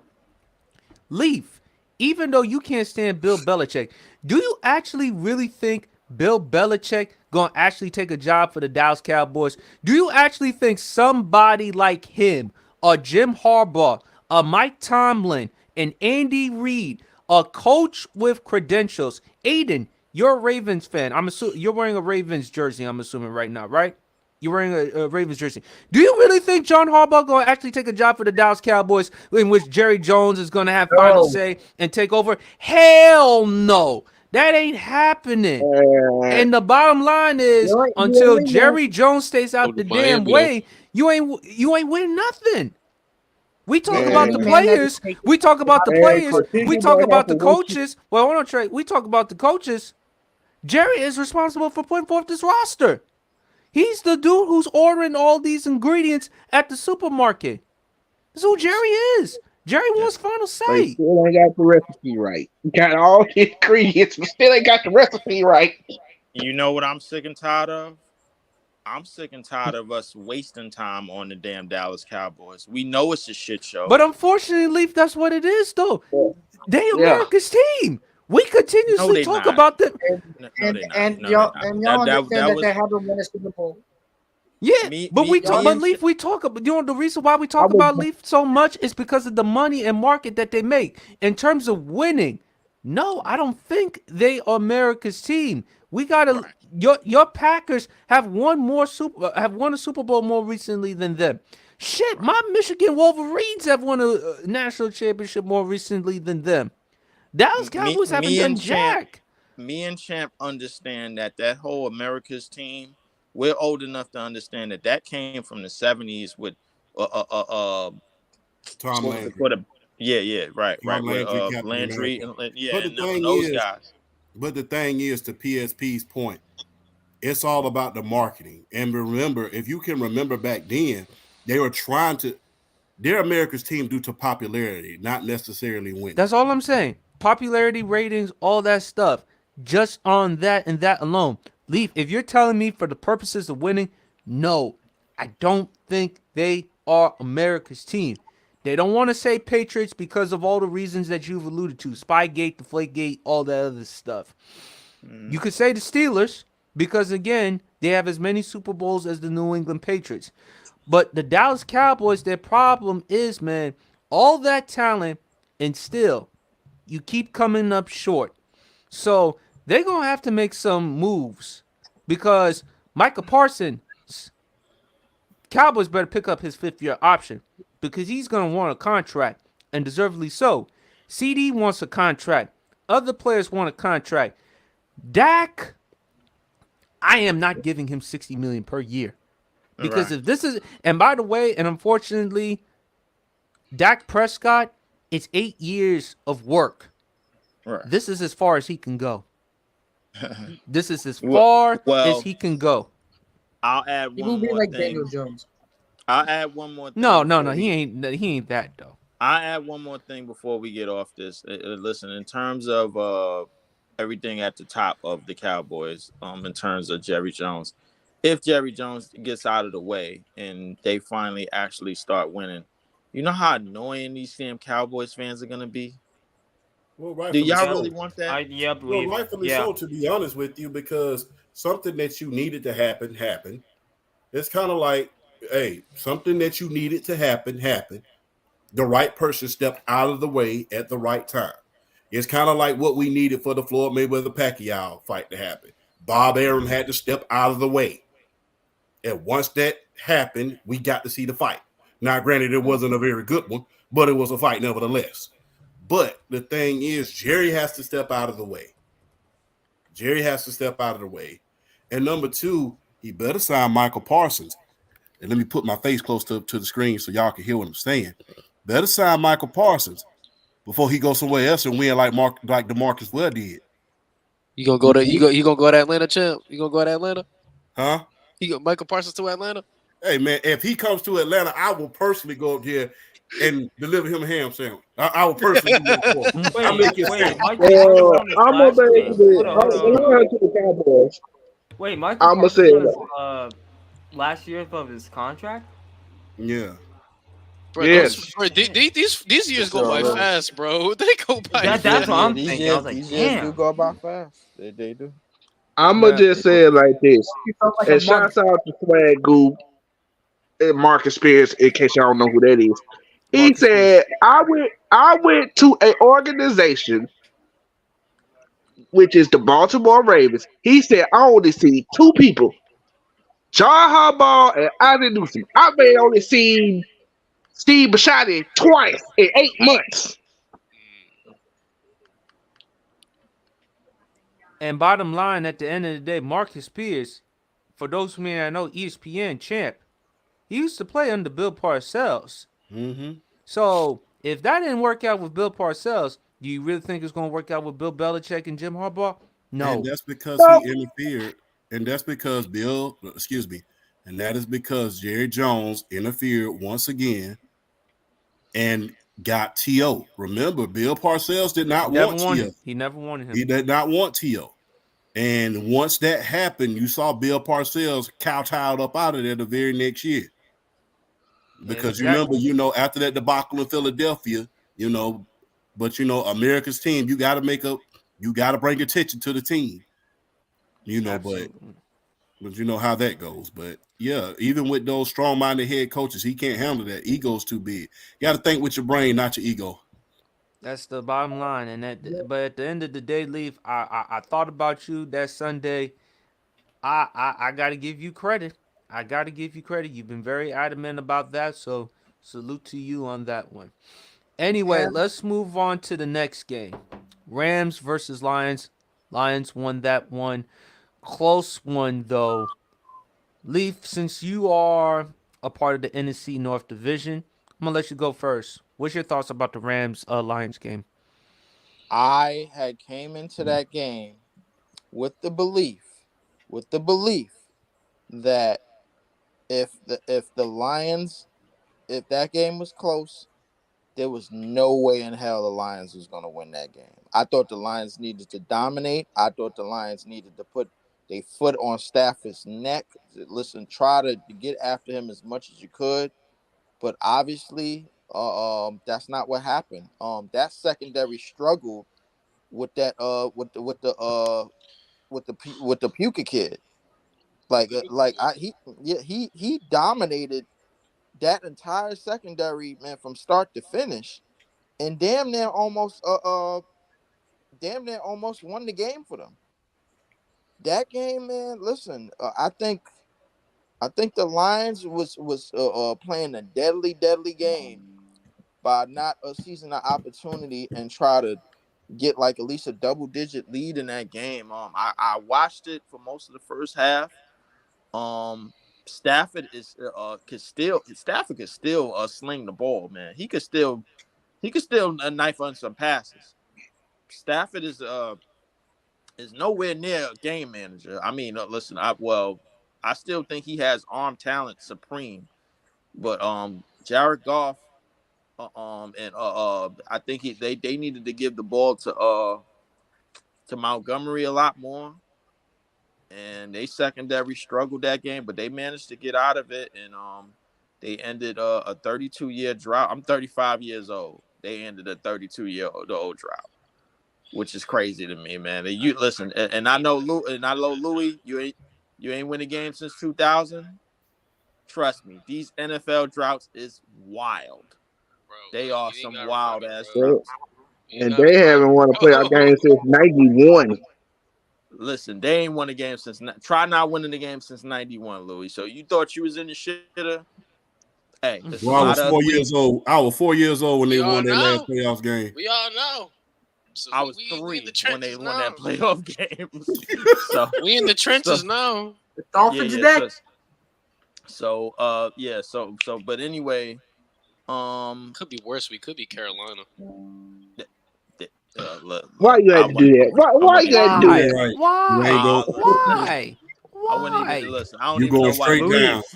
Louis, I don't even know why you took that shot, man. You be kinda shot blessed you're yourself. not in with this I fucking.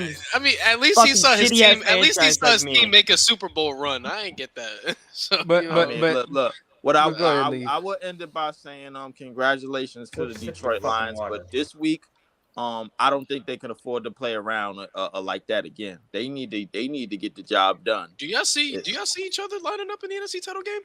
You versus Detroit? I do, but at the same only because it's what in the case of Detroit versus Tampa, it's all about which game manager makes the mistake first. Mm.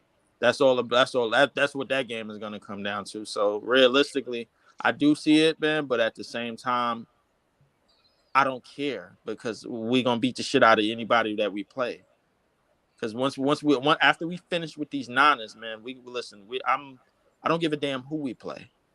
And that goes for anybody in the AFC as well. Well, we right. all know last time you saw us, you don't want that again. So I'm gonna just say that off top. I don't even. All right, Trey. Bruh, what season was that? This year, Was that this year? Did we play y'all this year? yes, What game? I don't remember playing y'all. yeah, you played us this year. Baltimore and Hold Green up. Bay Let play? me go look at that. That might be Cap. Hold on, man. Hold on, no, I'm thinking about the. I thought, no, Baltimore I and Green thought you Bay. was. No. That was I'm thinking about the 2000. Lions. Trey, that was My bad. 2021. Packers won that game by 1 I'm point. thinking about the Lions. My bad. You're right. Trey, but I'll let you go first. I'll let you go, Trey. What's your thoughts on the Rams Lions game? Lions got out of there by the skin of their teeth because Puka Nakua was eating them alive. All right, Luis. Like I said, the same scenario where people like to praise CJ Stroud for coming in and taking over and being a leader. Puka Nakua needs the same respect. He came in, showed up from week one, took over, and when Cooper Kupp came back, he took his job. Took Cooper Kupp's job away from him. Puka Nakua needs more respect.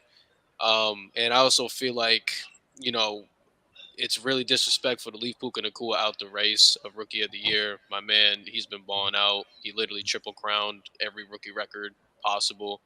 Shout out Puka. He played great. In terms of the game itself, it was a fun game.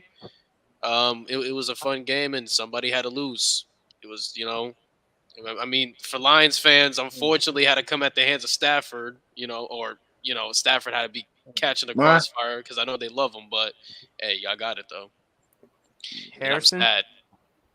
Harrison. Oh yeah, sorry. Me and Luis saw something. What was the question again? What are your thoughts about the Rams Lions game? That was by far one of the best games. Probably, I think it's by far one of the best games in the playoffs so far. I mean, both offenses played great. I mean, to some defense. I mean, it was a great high-scoring game. Finally, congratulations to the Lions won their first playoff game since 1992, 1991. Is that correct? Mm-hmm. But at the end of the day, I hope that the Lions can. I hope they beat Tampa Bay because fuck Baker Mayfield. I'm sorry, TSC. Don't you dare put up that Oklahoma Sooners helmet. But at the end of the day, that's a good win for the Lions. Oh yeah, I can't wait till we get there. Champ. Let Aiden go, bro. All right, Aiden, you want to go? Yeah, I'll go.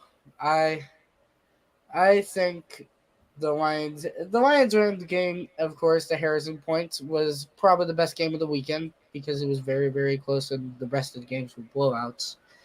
But excuse my language here. Lions fans are assholes for booing Stafford in the stadium, in my opinion. I was gonna say that too because that was just awful. I And then they gonna I disagree. But, It's a business. Lions fans don't own Stafford a thing, and Stafford don't own Detroit a thing. but It's a but business. here's the thing: they You gonna come into get my mad at house. him. We in a playoff game. You come into my house, regardless if I you were here understand. or not. I'm gonna. Hey, listen. You still At show the end of the day, Stafford the support that he needs. Y'all, but I my thing understand, was, but this is a playoff game. I understand. It's like, listen, we love you. Hold on. It's like, listen, we love you, Stafford. You can love somebody from a distance, right? We can all agree. You can love somebody from a distance. You can also be like, hey, I love you. Thank you for what you did for us. But at the end of the day, this is the circumstances we're in. You're not gonna beat me, bro. I'm sorry. You're not gonna beat me. You're not gonna come into my house and beat me, regardless of what you did for my franchise. To Question, Aiden's Luis. point, Go ahead, champ. I apologize. Go ahead, PSP. No, go ahead, man. To Aiden's point, I see what he's saying, bro. Like, really, to be honest with you, y'all failed me and Megatron. I was gonna bring that up. So, to Aiden's point, he had a point. I was all y'all had for years. And then y'all had one of the worst general managers of all time in Matt Millen. So, to Aiden's point, I understand why he says that. Y'all failed Barry Sanders. Then the first Pro Bowl quarterback y'all had since Greg Landry in 1970 in Matthew Stafford. You failed him by bringing in a receiver every year that wasn't half as good as Megatron. You drafted Charles Rogers, bust. You drafted Roy Williams, then he went to Dallas and got lost. He okay. He okay. Champ, Like, you forgot one more. You forgot Golden Tate. Yeah. So all of these guys that you brought in couldn't get us over the hump. We couldn't compete with Aaron Rodgers. We couldn't compete with the Vikings neither year. So guess what? To Aiden's point, I gotta agree with the young man. Y'all failed him. Y'all failed Matthew Stafford. Yes. I think I Luis. would say, I like, think Luis. Trying to put the thing on his back. like Stafford said, I'm happy for the players. Forget the fans. But Luis, let me ask you this question: if Stafford had delivered a Super Bowl, do you think that for a fact they would be booing him? I think it's just a competitive spirit. It's just for me, I'm looking at it from a competitor's point of view. Like, obviously, I feel like the Detroit fans, there's no love lost with Matthew Stafford. But at the end of the day, this is the circumstances we're in. We're in a playoff game. You're our opponent. We appreciate what you did for us, but at the end of the day, we're gonna have to bite your kneecap off, regardless of what you did for the city. We're gonna have to bite your kneecap off. That's just the competitor. That's just the competitor in me. That's what I mean. That's what happened with Jarvis Landry. He came back into town. It's like, appreciate you. You were great, but unfortunately, we're gonna have to give you this work now. It's just the competitor in me. It's like, I understand that they failed him, but times are different now. You're our opponent. Thank you for what you did for the city, but now we got to give you this work to get what we want. All right, Aiden, you say you got more? Yeah, I got a little bit more. I think the Lions were really good at like their running game. Passing game was meh a little bit, but I want to look at Lewis's point of how people are not giving Puka Nacua enough credit on how good he's been. People hadn't been focusing on him in the draft that much because he wasn't really that much of a top draft prospect. But look at what he's shown now. He's shown that he's a really, really good wide receiver. It's kind of with the same thing with Nico Collins, where he's a really, really good wide receiver, and people didn't really pay too much attention to him. He's a really good wide receiver, and I think he showed it this year. I yeah, believe that's mostly the all I main got. problem Scout said with Puka was his injuries, because he was plagued with injuries from. I think he went to UCLA and then transferred to BYU because of injuries. Yeah, that was the biggest thing. I mean, if you want to make an argument for Puka Nacua as for offensive rookie of the year, I think it should be Coe. You could, but you can't go wrong with that, Luis, because it's going to be hard to say no to CJ because of the position that he plays. Right. The fact that he was able to get the Houston Texans. Remember, they had the number 2 pick in the draft, and now he was able to help them get to the playoffs and win a playoff game. I mean, it could go Champ, and I hope Champ's looking at me when I say this. Remember the year, Champ, in 2003 for MVP? They gave it to Peyton Manning, and Steve McNair, rest his soul, Mm-hmm. for the MVP. That's how I feel like it should be with Puka Nakua and CJ, because Puka, wide receivers as far as rookie, he has every record or almost every record, and with CJ, the fact that he was able to play less games and still get you over 4,000 yards, and I've been trying to tell dudes, he that truth, he that dog, and the knocks on Puka Nakua coming out of the draft. CJ had a lot of knocks coming out of the draft. They talked about his Wonderlic score, the worst Wonderlic score ever for a quarterback, the Ohio State quarterbacks, the history of quarterbacks. Because if we're going to talk about USC quarterbacks, champ, with quarterbacks that haven't panned out well, name Ohio State quarterbacks. They Art haven't panned out Schlichter. well. Yeah. Art Schlichter. I Wayne mean, Haskins. God bless him. Rest his Uh, soul. God Rest his rest soul. his soul. Yeah, God rest him. We got to give respect. Troy Smith, Troy Smith. Terrell Oh oh Pryor. Terrell my Pryor. God, why did y'all bring Yeah, that name Terrell up? Pryor was quarterback turned receiver. I mean, Yeah. yeah, Terrell Pryor. I mean, just to name a few. Don't forget about Craig Krenzel. Craig Krenzel wasn't worth the salt in the bread. So And unfortunately, currently, as we stand, Justin Fields. I really can't say that about Justin Fields at this point, because the thing is, He's an we'll enigma. wait later. We'll wait He's later. an enigma. I will say at best, at best case, he's an enigma, because even though we could say that I never thought he was the best quarterback in the world to begin with. Hold up, I think we got Dev in the building. What up, Dev? What up, man? I'm tired of y'all lying up here. Lying Especially about Lou. what? I'm just playing. I just got up here. I don't know what y'all talking about. I'm just playing still. No, we just talking about, but I'm again, saying. to your point, champ. Even though I'm no Justin Fields fan, I think ATL would be the best solution for him. Facts. You pair him up with those weapons. You don't have. Remember, you've told me from day one. You went through calorie hell with Matt Ryan. You don't want to deal with Kyler Murray. You don't want to deal with that. You rather go with Justin Fields, who's bigger, who's more durable, something young to work with. So it doesn't matter what type of head coach. Well, I take that back. It better be somebody that you can work and maximize Justin Fields. I think for CJ, but I got CJ winning Offensive Rookie of the Year and Rookie of the Year. The numbers, what he's meant to the Texans organization, how he's brought the swag. Remember, and the reason why, Luis, I have him winning Offensive Rookie of the Year, I don't know whose noise is in the background. I'm sorry. I don't know who's winning Offensive Rookie of the Year. The reason why I have Luis CJ for Offensive Rookie of the Year, at one point CJ was in the discussion for the MVP. Yes, indeed. Had it not been for injuries, CJ probably would have won it, considering how bad the quarterback play has been. We thought he was the leading candidate for the MVP after that game against the Cincinnati Bengals. And this wasn't when the Bengals were they awful.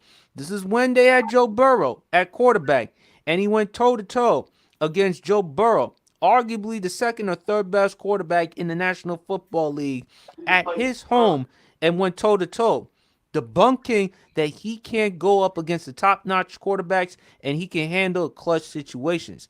I've said it before, man. CJ that dog. Champ will again. He'll tell you himself. Georgia. The college football playoff game. But CJ, the way he could throw the football, the way he's more mobile than people actually give him credit for. He's not at best case, even though he never ran the 40, I think he's about a 4.8-ish type of dude. That's about where he is as far as with the 40. But the way that he can lead, the way that team believes in him, that swag, that charisma. If you want to make an argument for Puka Nacua winning Offensive Rookie of the Year, that's cool with me because he has the stats, the records to back that up. But you can't go wrong with CJ. And that's what I've been trying to tell folks. He that truth. You know what? It's an underrated aspect of CJ's game that don't get talked about. It's his size. He's a pretty big quarterback. He's 6'3", 220. It's pretty big. People don't really talk about it as much. People like to talk about Josh Allen, being pretty big, but CJ pretty big dude. I mean, yeah. Okay, comment something about the Falcons and the rookie year talk. Go ahead, Dev. So I'm, on this video chat, I'm the young OG, the young Falcons fan. You the OG Falcons fan. Hey man, we need anyone at QB at this point over it. But I've been hearing reports that Kirk Cousins could be a potential quarterback for us. And here's the thing, I like it because he could be a bridge quarterback, and he was having an MVP caliber season before he got hurt, and he has been putting up good numbers. And I feel like if we can get Kirk Cousins and draft a QB at 8 overall, someone has to sit behind him, depending who the coach is, because I do want a more offensive one to coach. But if we do somehow hire Bill Belichick, I'll be only okay with Bill Belichick if he's only the coach. I don't want him to bring in McDaniels. I don't want to bring in any of those other Patriots. If he's our head coach and we have another offense coordinator and he runs defense, and he's not the GM, I'm cool with it. But if I see McDaniels or Matt Patricia or what's the name, then I'm out. But for rookie of the year, I think I think she's gonna get it, but Puka really does have a bigger chance. I don't think people realize the impact Puka had on that team and his skill set. Because one, Cooper Cup was out and he was he was playing like a legit number one. And even when Puka when he came back, he was balling out. You see how his impact in the playoff game, and he broke the rookie record. Like he broke more records than CJ. CJ's gonna get it because his team made it first, even though it's a regular season word. But I think the postseason has some validity to it. He's the leader of the team and he's the quarterback. Yes, CJ numbers isn't like the gaudiest, but CJ has like the eye test if you see it. Like he only had 23 touchdowns but he did have 5 interceptions, which is insane. He doesn't turn the ball over. But you He watch does the have eye the test best of TD CJ. interception ratio. Yeah, he does. And if you just see the eye test of CJ, I think honestly it's closer than we think. I think the reason why CJ's gonna get it because it was more for surprise. I think he caught more people off guard because I think people thought Bryce was gonna be like the best quarterback. He was up and down or AR-15. I think AR-15 never got injured. I think the rookie of the year will be a three-way race because people forget AR-15 was that guy. He was leading it before he got injured, and then CJ kind of took off middle of the season because the middle of the season is when CJ started going crazy. So Yep. CJ And got it, again, but I think you gotta respect Puka too. Top 10 receiver for the I future. think Anthony Richardson, that AFC South division, that's gonna arguably be the best quarterback division in football. Because again, you It got is. CJ, Trevor Lawrence is gonna have to have a bounce back year. He's still You really good got though.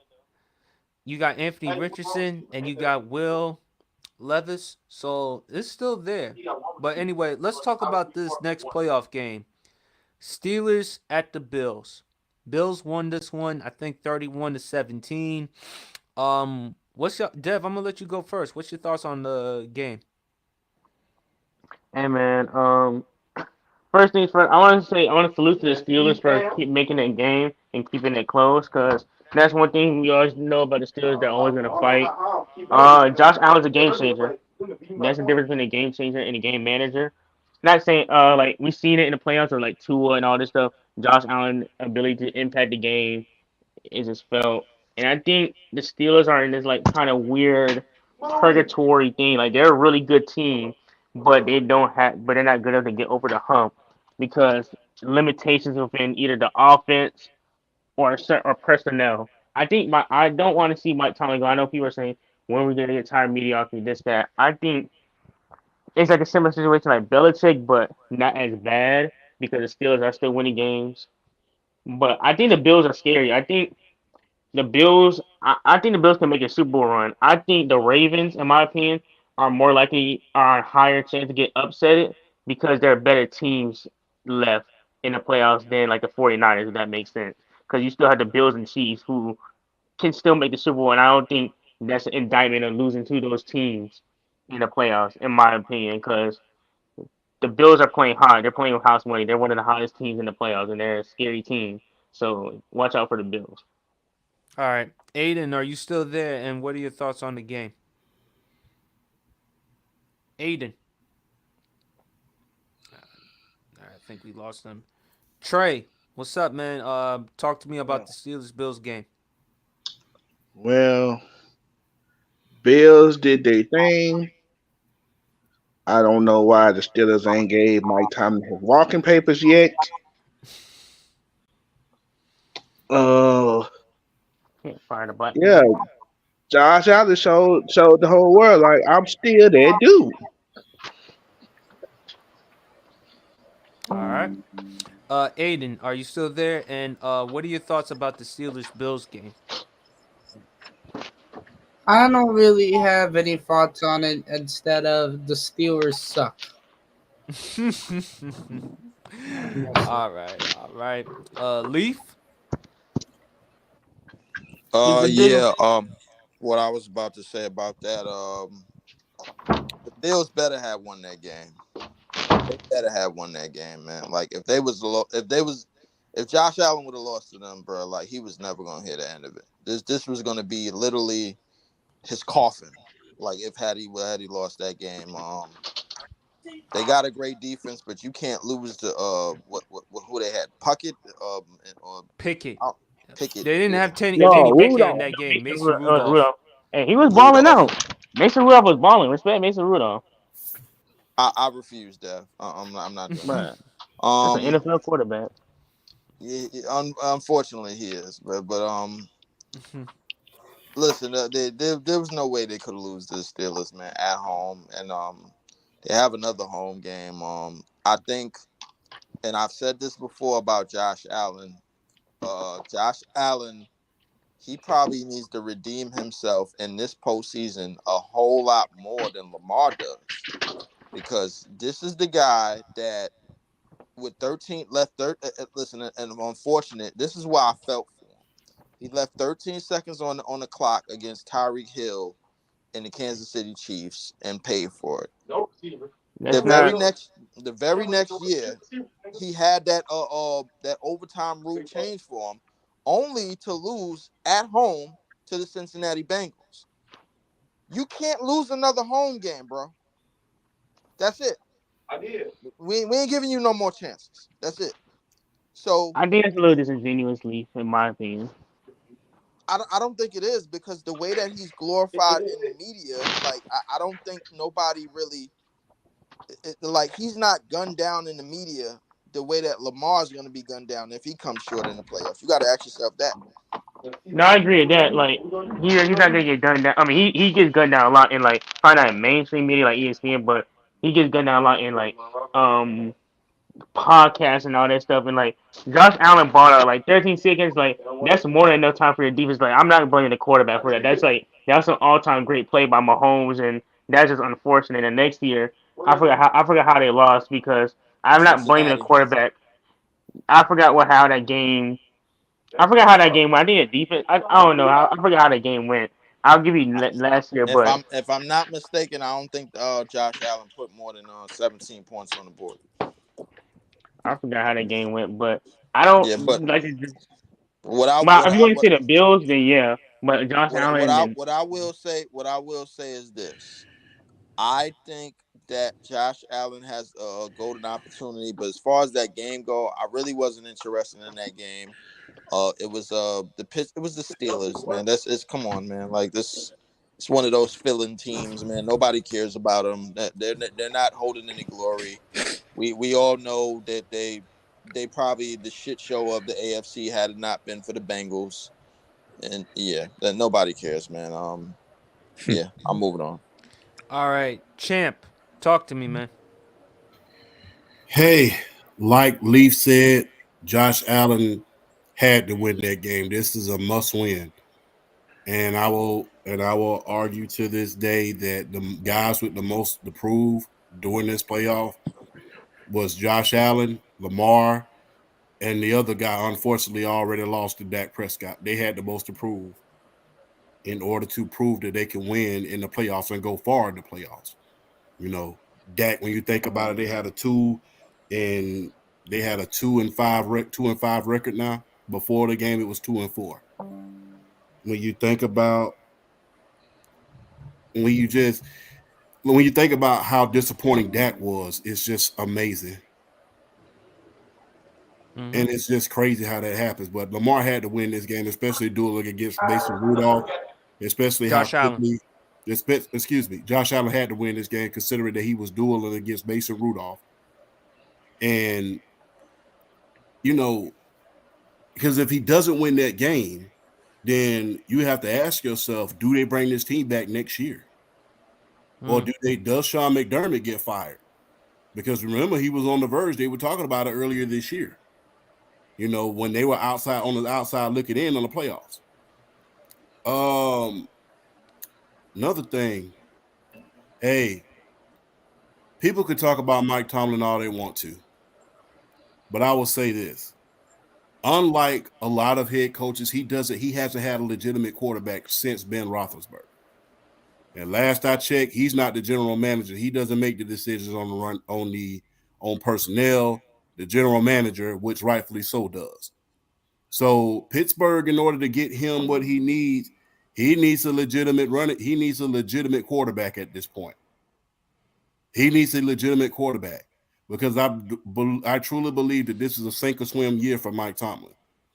But they need to get him the quarterback that he needs in order to execute. They need to get him an offensive coordinator. And those are two things that need to be got this year. Because if not, that contract is expiring. You haven't done anything since 2017. He haven't done anything since 2017. I mean, and if you think about, hey, you haven't your last playoff win and the Falcons' last playoff win are the same. And for Pittsburgh Steelers standard, that is sad. If Pittsburgh was any other franchise, making the playoffs every year would probably be enough. Unfortunately, like I stated earlier, that's not enough. You have to win Lombardi Trophy. They call you Sixburg for a reason. You was the first team to win 6 Super Bowls.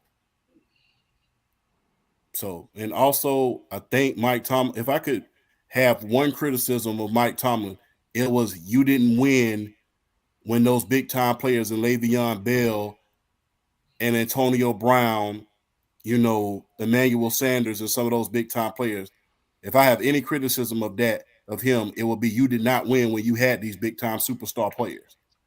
Because if there was ever a time where you could have won and cemented your legacy when you didn't have a whole bunch of Bill Cowher guys, that would have been those years when you had Le'Veon, Mike Wallace, Antonio Brown, Emmanuel Sanders, all of those guys.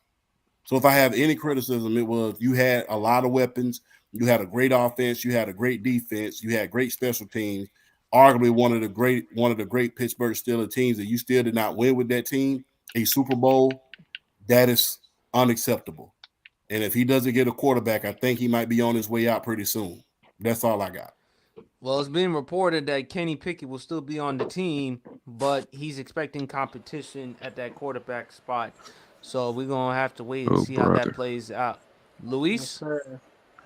Screw Josh Allen, screw Buffalo, screw Diggs, screw Sean McDermott, screw Shakir, screw everybody on that team. I hate Buffalo. I hope they lose. I hope they choke, and I hope Sean McDermott gets fired, and I hope they blow the whole thing up. I hate Buffalo with every fiber in me. There you go. Harrison, man. What's up, man? Let's go. Josh Allen to Carolina. Let's go. Let's go with the AFK. All right. We'll wait on Harrison. Oh, no, Brandon. sorry. My fault. I was go ahead, Harrison. Friend. What was it? What are your thoughts on the Steelers-Bills game? Boring as fuck. There you go. All right. And Brandon from the block, appreciate you hopping on the pod, man. Yep. I mean, it was no shock to me. I mean, Bills just won. Simple as that. All right. I don't think I know nothing to say about it though. Oh, I think we really be a little too hard on Mike Tomlin. Like the fact he's still able to win games with like tier rosters and like this quarterback, I think shows how good of a coach he is. Like regardless of stand, I think I know it's the Pittsburgh Steelers, but I think we gotta understand the situation. Like I still respect him. He's still one of the best coaches in the league.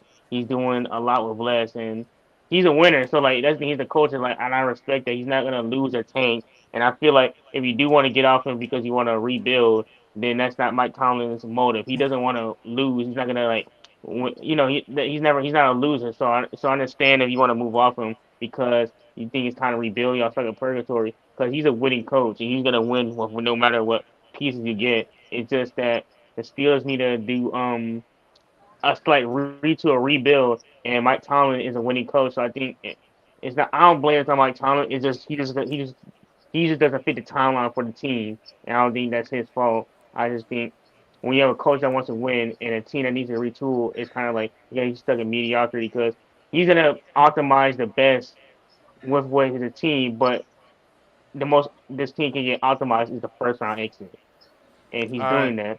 So that's it. All right. Last game before we do NFL picks. Eagles versus Bucks. That was an utterly embarrassing Go off, PSP. performance. Go off. No.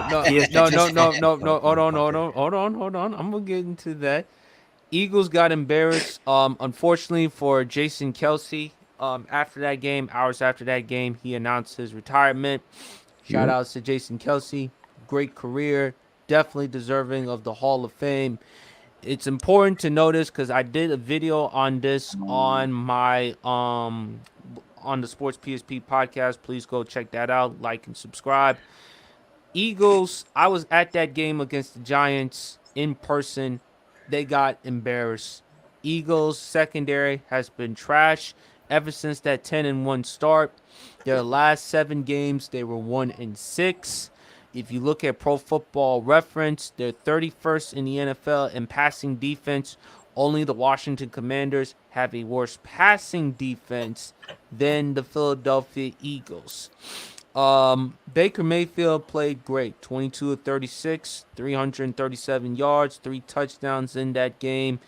No, Leaf, you got to give credit where credit is due. I don't care how you feel about Baker. He was fantastic in that game. Again, I'm going to keep on saying this because I feel like you're trying to take me out of context. I said Baker Mayfield is a competent quarterback. Competent. Baker is a good quarterback. He's competent. That means he's capable. That means he's good enough to play in the National Football League. Leave. Do I think he's a franchise caliber quarterback? Do I think he's a franchise caliber quarterback? No. If you redo the draft, do you take him number 1 overall? Of course not. Not when Josh Allen and Lamar Jackson are there. And I do think Lamar Jackson is under the most pressure heading into the playoffs, but we'll get into that in just later. Baker showed that if you put him in the team under the right types of circumstances, he can flourish. The Eagles, their season, you could say Super Bowl hangover. I predicted Dallas was going to win the division because when is it that a team in that division has won it back-to-back years? You got to go back to the Eagles back in the early 2000s. So I'm not surprised at all that Tampa Bay won this one. Go ahead, Leaf. What the Philadelphia Eagles have just done, they have completed the biggest single season meltdown probably since the 2020 Pittsburgh Steelers. And I repeat, they have been reduced officially to the 2020 Pittsburgh Steelers. That's what this team is going to be remembered by. Bro. That defense stunk from top to bottom. That the play calling stunk from top to bottom. They did not address the turnover issues. They did not address the secondary issues. It was just an all-around shit show. Excuse my language. Jason Kelsey retiring after this year was pretty much a given. Great career.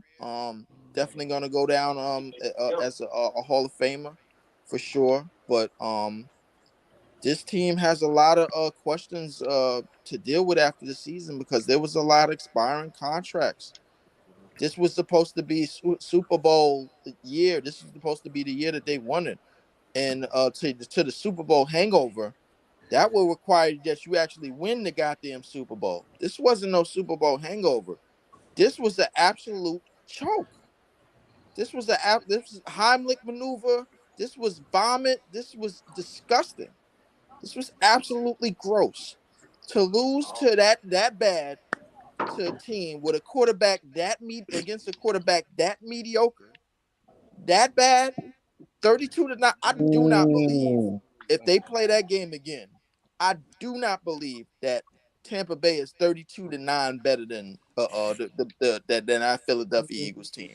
That team was pathetic. That team had no effort, no fight, no will.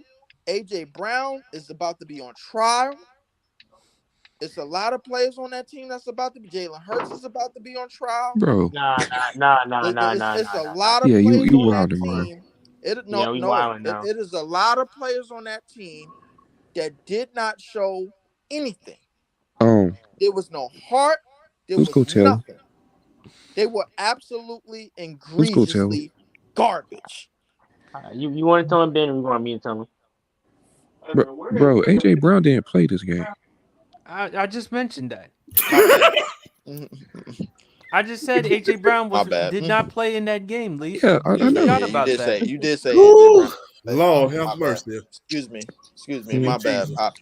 My apologies about that. Sorry about that. To be AJ fair, Brown. Sorry about that, AJ. Nobody Brown, in Philly besides Devontae Smith showed up for the game either. And Jalen Hurts. Right. But to stay on top. I ain't giving Jalen Hurts nothing. To stay on topic, I think this team after this upcoming offseason, there's a lot of questions that they got to answer. Oh yeah. There's a whole lot of questions. But my apologies for AJ Brown, but it's a whole lot of questions that they have to answer after this season. They got to get that play calling together. The play calling that they Sirianni's had on fraud was watch. terrible. I don't think it's not absolutely Sirianni. egregious. I think it's Brian Brian Johnson, the Johnson. offensive His coordinator. play calling is terrible. And the thing is, I Play calling refused is to terrible. watch that game when they got on defense because that means I had to watch Baker Mayfield throw the football, and I wasn't about to do that. I'm the sorry. thing is, I gotta to cook lose- here. Go ahead. Go ahead, Leaf. Go ahead, Aaron. I'm sorry. To lose to a quarterback that mid by that much, absolutely garbage, horrific. Bro, Lee, we saw the Steelers lose that He's a good badly to Baker quarterback. Mayfield in the playoff game. Yeah, true. The 2020 Pittsburgh Steelers. oh my gosh. Hence, All right, you know that's what? what this team turned PSP. into. The Go ahead, 2020 Harrison. Go ahead. Pittsburgh PSP. Steelers. PSP. Next. Here's your fucking flowers. I'll send you some chocolate. Send me your address. I'll be on the way I soon. want chocolates. I want champagne. I want caviar. What type of I champagne want you lager. want? Do you want the white one? Do you want That's the what red whoa, one? what's Which going one do you on? want? That's a little bit way too much. Just way too much. What the But world okay, going- fine. what's going on Baker in Miami, Mayfield bro? is having a great season. I'll give him Sorry, that. I'm bougie. I want it all. I want more. I do Get not still want some Brian money. Johnson as the head coach for this team. He reminds me of a black version of Matt Canada. I'm sorry to say it. I do not want this A guy. black version of Matt Canada. Damn. He ain't lying. He's not I lying. mean, it's insane. I'm sorry, but I had to put the card out there. But I God, don't think you're lying he is, either, but his that was- play He is calling clueless. is horrible. Screens on third downs. That was Screens on terrible. third downs. What the fuck was that, Brian Johnson? I watch you every single time saying, man, David Tepper, are you sure you want Brian Johnson as your head coach for the next 10 years? Absolutely not. We don't. Oh God, Brian Johnson, you are something. Please find Jesus. Yes, he does need Jesus. That was Um, terrible. Aiden, I'm gonna let you go. Do you have anything to say regarding that game? I could say this: the Eagles are an embarrassment to the NFC East. They're an embarrassment. They suck, is what they is, and they were the only time they were good is at the beginning of this. At the beginning, I think, of the season. That's the only time they were good. That's the only time they showed that they were good at any time. They showed that they Facts. were good, and then fell all the way down. But if you look on the Bucs side of things, they have a rocky ride because the NFC South is one of the worst divisions ever in the NFC. I agree. In the NFC, of course, because Panthers and all that shit. But Baker Mayfield is a good quarterback, and I know good people get upset about it, but Baker Mayfield is a good quarterback, and in my opinion, they don't give him a lot of credit for it. This Fact, is not they the don't. Browns quarterback Baker Mayfield that we saw. This is not the Panthers, the Rams quarterback. This is the time that he's on the Bucs. Okay, this is Bucs Baker Mayfield. He has not changed that much, but he's got a good year this year. That's all I could say. He's led his team to the playoffs. It's better than having I think it was Sam Darnold, right? They had Sam Darnold as their backup, or used to Who? Tampa? last year. No, in Carolina they had Baker, Sam Yeah. Darnold. Yeah. And PJ Walker. Yes. And I Baker. was just talking about Tampa. No, Tampa. I think it was Kyle Trask. Yeah. Oh, Yeah, Kyle college Trask. Yeah. Yeah, but Baker, look, he wanted out of Carolina. He asked, I think Harrison, didn't he ask for a release from the Panthers? Yes, sir, he did. Right. So he goes to the Rams, and look, to Champ, I'll give Champ this. Coaching does play a factor. I think being around Sean McVay for a little bit did help him rejuvenate his career. So he goes to Tampa with Todd Bowles and the team. You pair him up with weapons. Trent, at some point in time, he'll never admit it, but Mike Evans is still a top 20 receiver because you still have over 1,000 yards. You having double-digit touchdowns. Chris Godwin is still there. The wide receiver is good. Like I said, Baker statistically had his best year of his career. First year, over 4,000 yards, 28 touchdowns, only 10 interceptions. Like I said, I don't think he is a franchise quarterback. I don't think he's somebody that's going to put you to the promised land. But he's a good enough quarterback that can win you a fair amount of games and get you to the playoffs. That is Baker Mayfield. That is what I've said about him.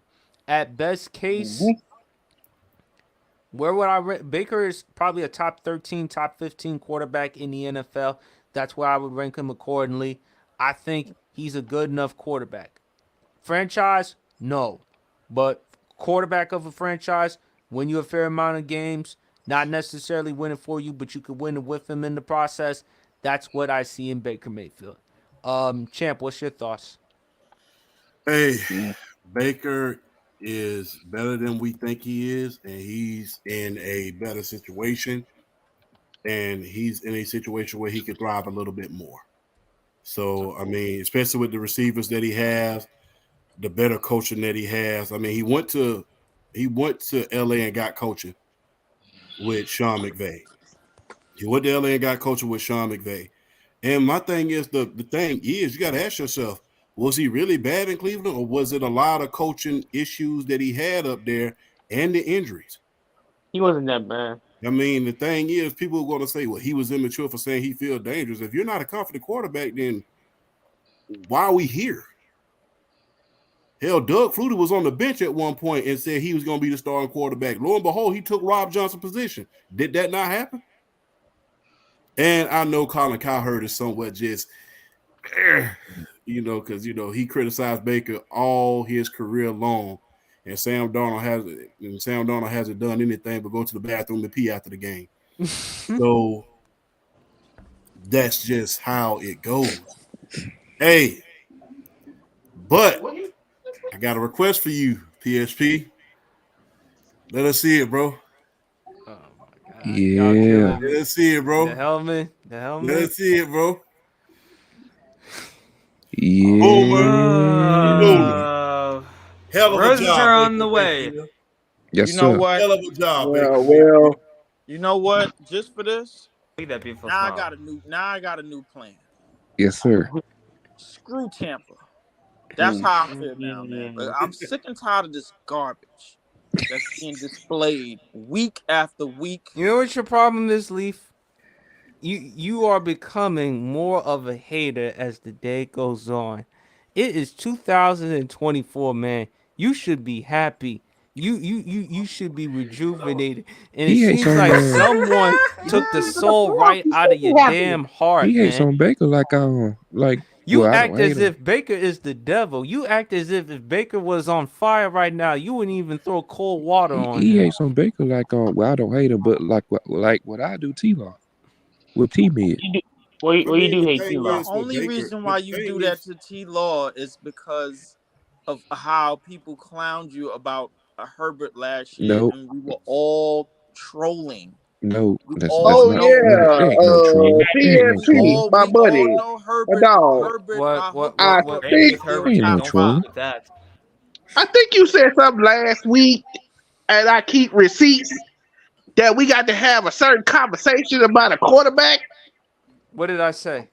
CJ Stroud and You said if CJ Stroud won this playoff game, Uh-oh. then we got to have a conversation about the quarterback position in the top 10 list. It's still About a not going to certain. change. It's still not going to change Brandon's mind. Brandon's made it clear that he still has Herbert over CJ. Exactly. Yeah. Oh no! But, I yeah. mean, But I After will say winning- this. I will But- say this, Trey. I will say this, Trey. If he outplays Lamar, and Lamar's about to win the MVP, Oh my not saying God. that the Texans are going to win it, but if he does outplay him and wins it, though, then Brandon is going to have to do I- some soul searching. I don't He's think going to no, have to no, look. no. He's going to have to I look think- at himself in the mirror, and he's going to have to say, I'm "Am I going to pick CJ?" I'm with Brandon on this one. I think we're getting a little too nasty now. Well, I think. Listen, to chime in, I think Brandon. The one thing I could say about this, listen, Herbert definitely has everything at the quarterback position that you would want to have. But the Chargers are gonna have to win something, bro. Like at some point, bro, Brandon. I'm not gonna do this shit for another 365 days with you, with this Herbert nonsense, bro. Like, and we keep clowning and Don't mess we with Brandon and like, Herbert, 'cause man. Nah, the thing is, Nick- if we're gonna continue But- to bash Josh Herbert Allen sucked. in the head All right. and bash Lamar in the head for them not coming up big in playoffs or whatever, then at some point we're gonna have to lower the hammer on Herbert for not at least willing this team to some type of playoff berth year in and year out. I Wait, can't lie. hold, This on, is hold on, y'all. Hold on, y'all. Champ's got about like 10 minutes left, man. Champ, Oh. is there anything you want to add, or No, to be honest with you, like I said, man, Baker doing great. This is a must-win for Lamar this week. This is a must-win for Josh Allen this week to prove that, he's not owned by, Patrick Mahomes. Other than everybody else outside of maybe Jared Goff, well, I'll say this. Jared Goff, Patrick Mahomes, Jared Goff, Josh Allen, Lamar, must wins this week. Everybody else is pretty much playing on house money at this point.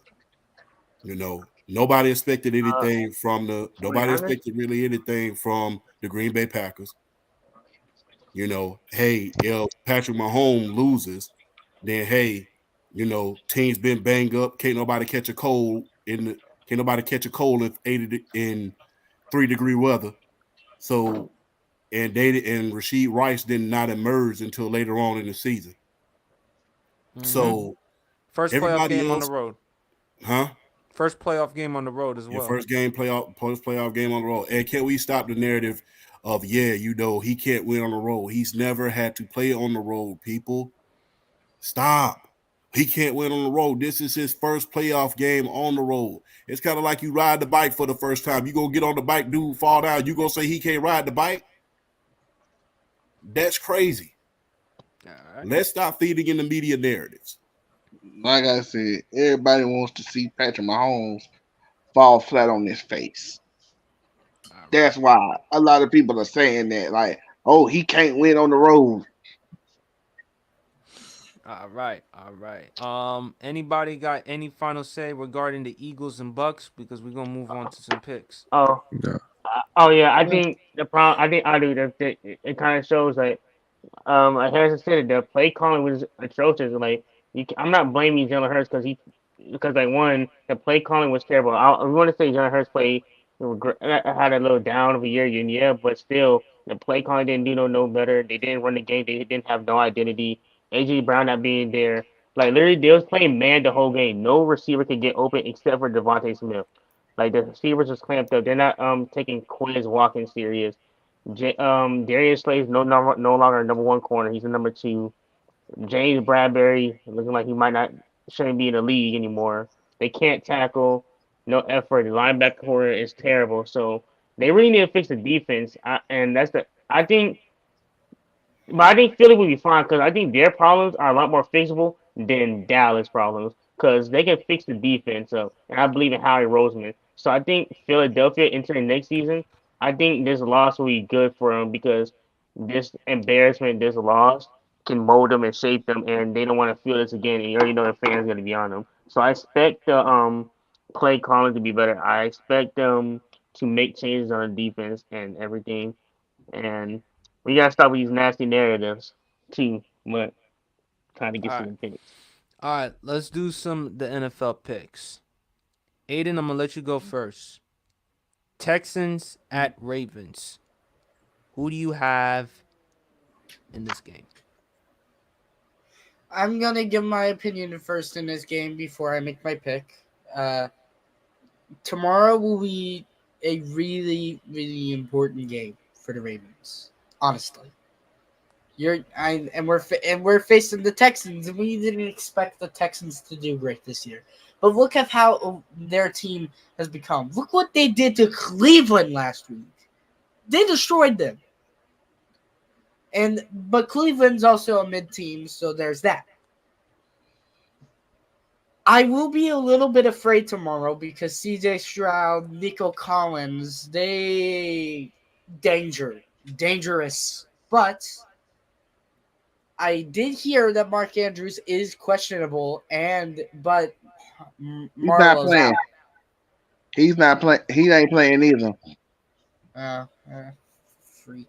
Well, that likely will help us next, but I will be nervous tomorrow, and Lamar's got to prove that he is a really good quarterback by winning this game and helping this offense. That's the only way he can prove that he deserves MVP.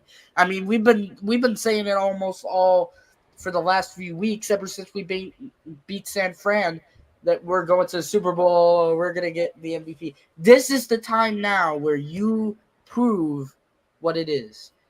I'm going to make my pick. Ravens beat the Texans 37-34. Oh, wow. Close one right here. Trey? Well, I'm picking my team, the Ravens. I just feel like looking at our team, like, yes, the Houston has CJ Stroud. You know, they got a nice offense, got a very solid defense, but bro, I just been looking at our offense. I'm like, this ain't the 2019 Ravens where we didn't have nobody in receiver. We actually got guys who can make plays now. And not to mention, like I said, Mark Andrews is going to be out. That's a good thing because we don't need to rush him back at all. Likely he's on fire right now, so we don't need nothing to disrupt that. I believe that we're going to win. I say 34-17. Trey, do you think Zaya has been good recently? Yes. He's good. Yes. He's Aiden, been wonderful. Aiden, he can be a I difference even maker. said it. I said, bro, you think we should think about trading Mark Andrews next season? No. Trey, you be a damn fool if you trade Mark Andrews. Can you imagine if you let go of his best weapon? Tight ends are great friends for quarterbacks. Wide receivers, tight ends, running backs, they're all great. But the reason why, But Aiden, we talked about Cam, right? His best weapon all throughout his career, other than Steve Smith, Greg Olsen. You take out Mark Andrews, what do you There's have? nothing left. Right. Instead of Isaiah, but I said this. I said, but with Mark Andrews out, I think likely stretches the field more. Then Mark can come in, he can make them first down catches, move the chains, but likely stretches the field. Like you can throw the ball downfield with him.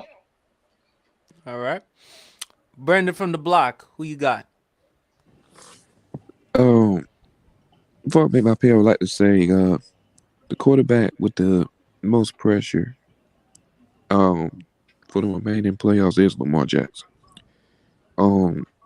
He needs this win, bro. Like, I'm gonna be honest with you, he needs this win. If he don't win this game, or if we go to the AFC Championship or anything like that, the media's gonna kill him. The media's really gonna kill this man. So, like, I got the Ravens winning though. They hot right now. I think that defense going to get to C.J. Stroud. I don't think C.J. Stroud played a defense like this. But yeah, I got the Ravens by 3. Leaf. I definitely agree with everybody. When they said Lamar needs this run. If there's any quarterback that the media, the mainstream media is going to bury the most, it's probably going to be Lamar. Probably more so than Josh Allen. But so they need Trust this me, win. the Lamar Jackson haters are gonna come out of their holes real fast. Oh yeah, absolutely. I already know it, and I think it's Mind you, he about to win MVP too. yeah, he is about to win MVP, but I think it's gonna be like when they listen Second time. if somehow some way they lose this game, which I don't think they will. Not only is what Aiden said is true, but it's gonna be for a lot of other different reasons outside of football. So I got the Ravens to win this game. It's gonna be a close one. I got them to win by probably a touchdown. I say a touchdown, man. They gonna win this by like a touchdown. Harrison. Yeah. This has got to be Lamar's game. This has got to be the #1 game for him because he does not do good in the playoffs, but this has got to be his time to shine in the playoffs against the Houston Texans. If Lamar, let's just say if Lamar's loses this game, okay, who will win the MVP? You got to give it to CMC though, right? They're gonna give it to Lamar because again, remember it's a regular season award. The CMC would be the better pick if Lamar loses, in my opinion. But again, but here's the Either thing, way, though. let's just listen, PSP. Let's just not be Brock Purdy. Let's just all pray on our knees and hopefully that's not Brock Why Purdy. are you It so won't be, desperate? I don't- we don't want it to be Brock Purdy. Brock Purdy threw it away whenever he faced the Ravens. Okay, if it weren't for Lamar, I would have given it to either CMC or Tyreek. Okay, thank you. But give me the Ravens on this one. Hopefully Lamar's time to shine, but I think it's going to be close. Give me 22-21 Baltimore. Here's my question: would you guys call Baltimore an embarrassment if we lost to Houston in a very close game? I think it would be yes. Here's why. No quarterback in these playoffs is under the most pressure than Lamar Jackson. He's not about to win an MVP. He's about to win his second MVP in his career. He took a lot of heat in 2019. Right. I'm gonna get into that. I'm gonna get into all of that. He took a lot of heat and criticism for his performance in that Tennessee game, even though he compiled a lot of yards. He don't play well in this game, and if he's the reason why they lose this one, mark my words, there's gonna be criticism. Mookie, and we all know. Hold on, guys. Hold on. Let me. Mookie on Player's Choice. We know Mookie. We all know Rated R Sports Debate. He will find a way to criticize Lamar Jackson. And Brandon, you better be listening because we all know he's a bigger Justin Herbert fan than you. If he'll probably say, you know what? If Justin Herbert were under those circumstances, that wouldn't have happened to Justin Herbert. Lamar Jackson. Oh yeah, but he had the lead. He had like a 20-some point lead and blew it. Hold on, Trey. I'm about to. I got more. Lamar Jackson, you can make a case for the Hall of Fame because other than Patrick Mahomes and Aaron Rodgers, name a quarterback right now who has multiple MVPs. He's already been to 3 Pro Bowls. I think he's going to make 2 first-team All-Pros, 2 league MVPs. He wins a Super Bowl MVP, as Trent said on Brandon's podcast. It's a no-brainer for the Hall of Fame because what he's able to do with his playing style, he don't win this one. And if he loses to C.J. Stroud, a rookie quarterback, then it's going to hurt and damage him. People are going to say, see, C.J. Stroud not only better than Justin Herbert, C.J. Stroud better than Lamar Jackson. And they're going to run with that narrative. Remember, Montse Bolaños from the Fox Sports Radio, She said, I want my quarterbacks to be quarterbacky. And she's going to use that as an excuse to try to say, see, this is exactly what I've been saying about Lamar Jackson. He's not good enough. He doesn't put up the numbers consistently. Lamar Jackson is under the most pressure because if he doesn't perform well and if he's the reason why they lose, he's going to receive a ton of criticism from the media and the public. If he does play well and if the Ravens lose, then you cannot necessarily put all that on him. You can say he did his part, he played well enough, still it didn't end up getting the result, which is the W. But if he doesn't play well and if they lose, man, oh my God, the media is going to go after him. Mark my words. Next one, Packers at 49ers. I'm not going to ask Leaf. We already know Leaf's position. He has the Packers winning this one. Harrison. Oh, shit. Leaf. I'm listening. I'm sorry, brother. I think I gotta go. I gotta go with San Francisco on this one, man. But it was a good run. Brandon? I'll let the next person go. I'll let everybody finish. No, go. I'm sorry. Go ahead, Leaf. Listen, you giving the only quarterback left in the NFC that actually has a trajectory, that's not considered a game manager, a balanced attack and a defense to go with it. I will be damned if we lose to that sorry ass Brock Purdy, CMC, and a defense that is very, very, very overrated. Very overrated. What? Yo, very overrated. And I'm the ad. The reason why I'm calling them overrated is because Addison from the Minnesota Vikings proved they was overrated, and they've been overrated all goddamn year. They've beaten up on all these mediocre chump teams, man, just like Dallas did, and mid teams too. I guess if you could call Philly a good team, man, whatever. But when they ran up against the Ravens, when they ran up against Cleveland, bro, they got stopped right in their tracks, and that's the exact same thing that's going to happen tomorrow, man. I'm washing my hands with this bullshit, man. I'm finishing the trash in the NFC, and we are winning the NFC hand over fist. The only thing I want to know from Tampa and Detroit fans, which one of y'all want to host this damn NFC Championship game? Because it's going to be an ass whooping. He's not wrong about the secondary. That's been the weakest link regarding the San Francisco 49ers defense. But team defense and rushing defense, the third in the NFL, according to Pro Football Reference. Brandon, who you got? Man, it's not even going to be close. Give me the Niners, bro. It's not even going to be close, bro. All right. It's not even going to be close, bro. Okay. Aiden? Who's going to stop CMC? Sorry, okay. Keep cooking, Brandon. Who's going to stop Debo? Who's gonna stop George Kittle? Yep. You got Brendan Ayuk. He ain't a scrub. Defense, you got Fred Warner and them boys. Secondary, it's all right. Other than that, I ain't worried about the Niners defense like that. 49ers going to kill them. Packers, they can get 10 points. Packers can get 10 points. They gonna get 10 points. That's all they gonna get.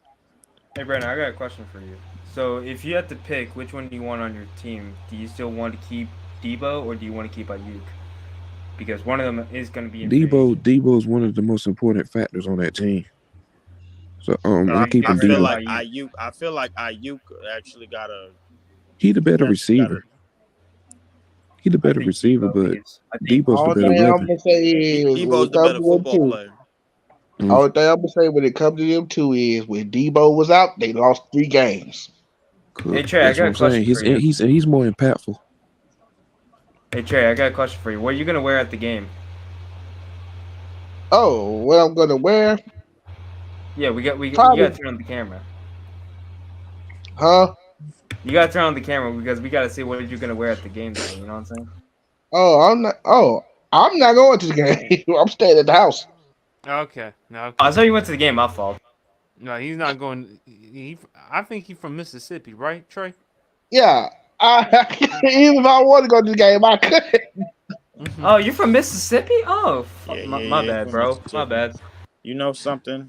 I want everybody up in here to pick the 49ers. So I could come back up in this bitch, bro, like, and then I could tell everybody about the 49ers. And what happens if the 49ers Leaf, beat are the we gonna see Packers? that pretty What smile? happens if the 49ers beat the Packers, Leaf? You're going to come home crying. You're going to weep like a baby. And you're going to sit there and say, my God, we still can't beat the 49ers. We will be 0-5 if we lose to this team.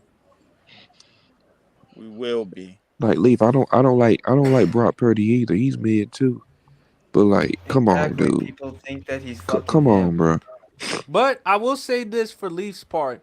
He has Jordan Love at quarterback, not Yeah, he's Aaron nice. Rodgers. And Jordan Love, if Jordan Love actually plays well, we're going to have conversations about him with the top 10. So we got to wait and see regarding that. Aiden. He already you in got? the top 10 to me. No. Hold Whoa, on, whoa. Yes, Slow he down. is. Slow your roll. Slow your Come on, roll. y'all heard me. Calm down there, Chief. Calm Wait, down. You Y'all said heard what, me. Leaf? You said He what, already Leaf? top 10. Listen. Oh, fuck. Okay, I'll take him over that. The I will lowest, take the him over lowest that. of Why that didn't right you now able is to even make my pick? the high. Let Go Aiden ahead. go pick. Let Go ahead, Aiden. Aiden, go ahead. Go Go ahead, ahead, Aiden. Aiden. After me, I did my wild card picks last week on my YouTube channel. I picked the Cowboys. That is pure stupidity. After not seeing what Jordan Love was going to do to that goddamn defense. This is the only time I'm picking the fucking Packers because Whoa. the 49ers, I don't want to even see them reach the Super Bowl. People are saying, oh, it's all about the colors of the Super Bowl logo.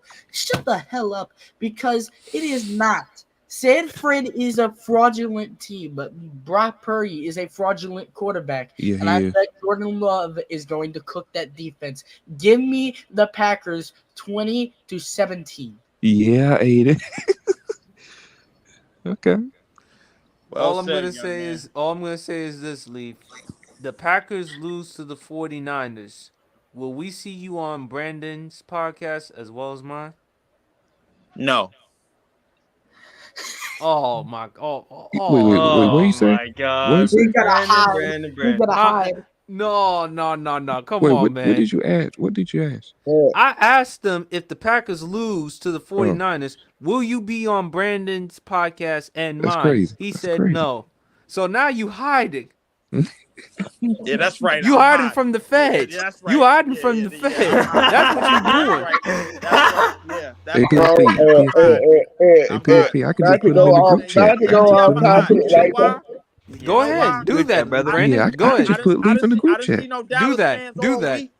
I didn't see He no can't take Cowboys the fans hate. all week. They gonna hide, and that's the same thing the 49ers fans gonna do with me when Man, we let me put stomp Leaf a in the mud hole group in chat. their Hold ass. on. Nah, They We're gonna nah. hide with me too. There's gonna be an APB for Leaf if the Packers lose to the 49ers, because this is the same Leaf that got his ass embarrassed by the Tampa Bay Buccaneers. We couldn't find you. You were hiding. Yeah, you you were was hiding. You know something? You was He went into hiding. I didn't hibernation. even. You know what? The fact that you brought that up, being that we came off a loss from the Giants, already explains, man. It's How not I my already fault know you lost to Tommy chicken cutlets. that. The Italian Listen, stallion. like I said, this game is gonna come down to Matt LaFleur's play calling. That's what it's gonna come down to. It's not gonna come down to none of that shit that Brandon said. Screw him. We don't care nothing about Ayuk. We don't care nothing about Kittle. We don't care nothing Now, about Debo, I because will say this, somebody Leaf. has to throw them the ball. I That's at will. the end of the day. Yeah, I will say this, Leaf. If Aaron Jones did what he did against the Cowboys, it's gonna be a good game.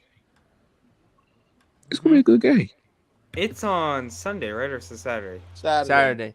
Saturday, Appreciate okay, you. my What's up for the comment, man? But So let's start with this other game. was Chiefs at Bills. This will be the first time Patrick Mahomes in his career he will play a road playoff game. I got the Bills in this one Oh Lord. because I think if Josh Allen, if all they got to do is Josh Allen, just please take care of the football. And if you can try to get James Cook to run the football more. Patrick Mahomes, he's going to struggle because of them wide receivers. They're going to do some dumb shit. Drop plays, drop balls. Kansas City's defense, they're going to do their best to hang in there, but I still think Allen is good enough. And I think it would not surprise me at all Kadarius Toney or whoever is going to cost the team with some ill-advised drop ball or penalty. So I got Buffalo in this one. Harrison. Damn. You made a good point there, bro. Damn. So we know that Mahomes is 2-0 against Josh Allen in the playoffs. But man, you know what? This is that is the first time in his career. Damn. I'm going with Kansas City. I gotta rock with Mahomes. You know those first 2 times they got lucky, right? Don't care. I mean, they got lucky the second time because of a stupid overtime rule. Yeah, I'm but still going with Aiden, Mahomes. one could argue you could say the same thing about the AFC Championship game between the Patriots and Chiefs. You know that, right? The D Ford penalty, and then Mahomes never got his opportunity in overtime. I don't really remember that. I'm gonna be honest. I didn't remember. You forgot about that Patriots Chiefs game in the Super Bowl in the AFC Yeah, Championship.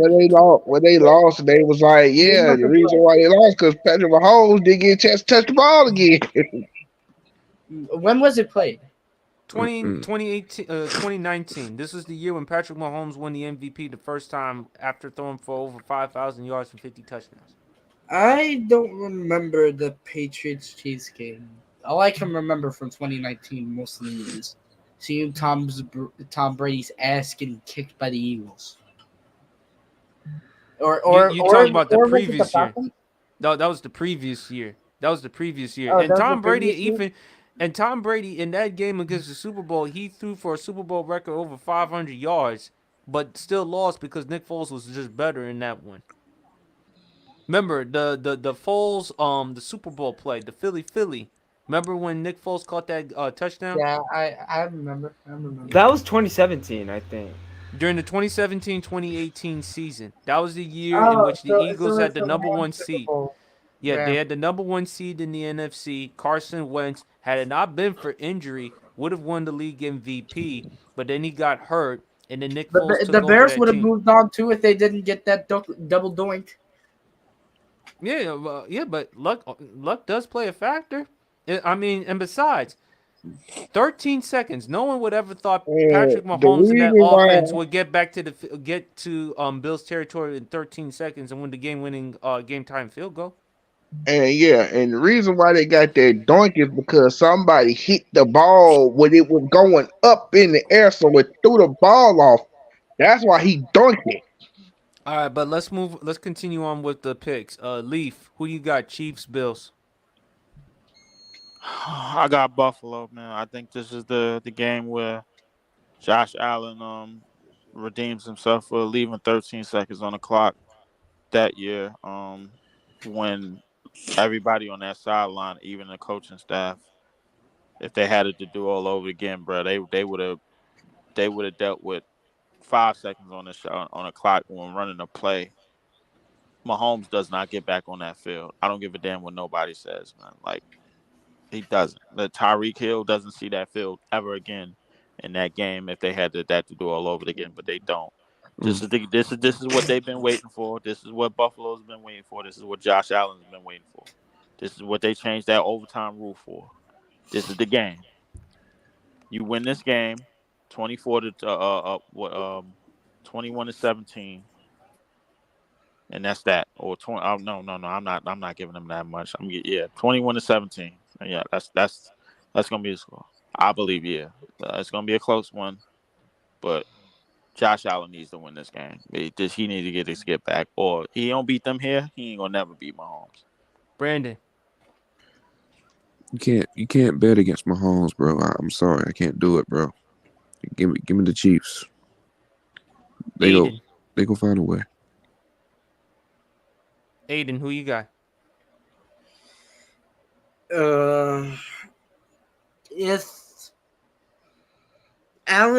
If Josh Allen doesn't beat, if the Bills don't beat the Chiefs at all, this gives the media criticism. It gives permission to criticize Josh Allen and that whole entire team for how fraudulent they are. This just gives so much permission because then that means Mahomes is his baby daddy. But I'm gonna make it.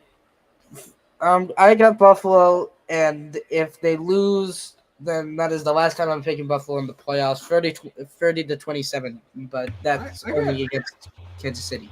I got a question. Is this like the new Peyton Manning, Tom Brady? Maybe. Perhaps so.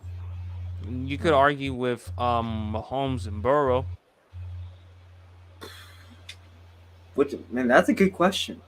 Can you argue with Jackson and Burrow too? No. We haven't even seen them in the playoffs. Because Lamar owns Joe Burrow, dog. Nah, you can't argue that. So Trey, who you got? Well, I've been thinking about this for a minute, and I want to pose a question to Andy. Remember all them times when the Ravens played the Chiefs and we just could not beat them for no? It didn't matter how close the game was. We couldn't beat them for nothing. But when we finally beat them, it was like we won the Super Bowl. Like, yes, we finally did it. Finally beat them. That's why I'm going with Buffalo. I think they're going to finally do it. That's if they can. All right. But again, I feel like if the Bills can't win this one, we saw Ken Dorsey walk out the door. Sean McDermott, at some point in time, that's going to happen to you. Yeah, Sean McDermott is like, if they don't win this one, Sean McDermott is gone, like, out of here. I like how, hold on, I'm sorry, but I like how we got rid of Joe Brady instead of Matt Rule. Thanks a lot, David Tepper, you piece of shit. You see, Harrison, you did that to yourself. I didn't bring up Carolina this time. That's why you never become a I just like to ruin my Carolina fan. franchise a lot. I just like to ruin my franchise. I'm sorry. All right. And the last game, I'm gonna let Leaf go first. Tampa versus Detroit. Who you got, Leaf? This game is gonna come down to which game manager makes the mistake. And to be quite honest, I don't see Jared Goff making a mistake first, because Dan Campbell and a lot of he gonna have that team ready this time around. I don't think they're gonna allow this game to come down to no nail biter, and I don't think the quarterback from the Tampa Bay Buccaneers is good enough to do what Stafford almost did. So there will be another game. There will be 2 more games inside Ford Field. This game and the NFC Championship game, because they will host that game. I got the Detroit Lions winning, and they will meet us, and they will be hosting the Green Bay Packers in the NFC Championship game. Harrison? Why do I have to see Tampa Bay in this situation? I know his answer. Thanks, Aiden. But I am going to pick the Detroit Lions on this one. I think Ben Johnson, come to us. If not, I'm not going to be a happy boy. Aiden.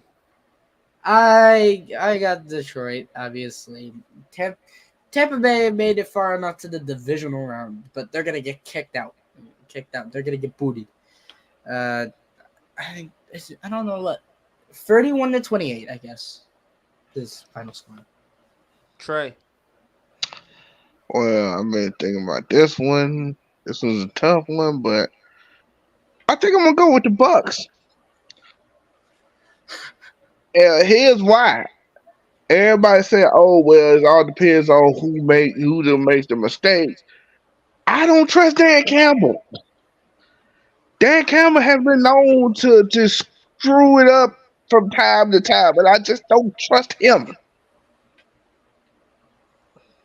The only time he's mostly screwed up is against Dallas. And we forgot about the Green Bay on Thanksgiving. But oh my God, that was terrible. I got one reaction and one reaction only. Oh hell no! I love your smile, love PSD, it. but god damn, man. I You know, love you it. know something, PSP. I love it. I love it. One way or the other, we are gonna put an end to whatever that helmet stands for. Whatever it stands for, we putting an end to it. That's it. I had enough of that helmet. Right. Just like you said, you were going to beat the Buccaneers, but then Baker Mayfield threw for almost 400 yards, a perfect passer rating, 4 touchdowns in that In game. your house. In your house. That's what made it even worse. Yeah, he did it in the regular season. Yes, he did. Baker Mayfield, I told you, Leaf, you act as if he's a scrub. You act as if he's a bum.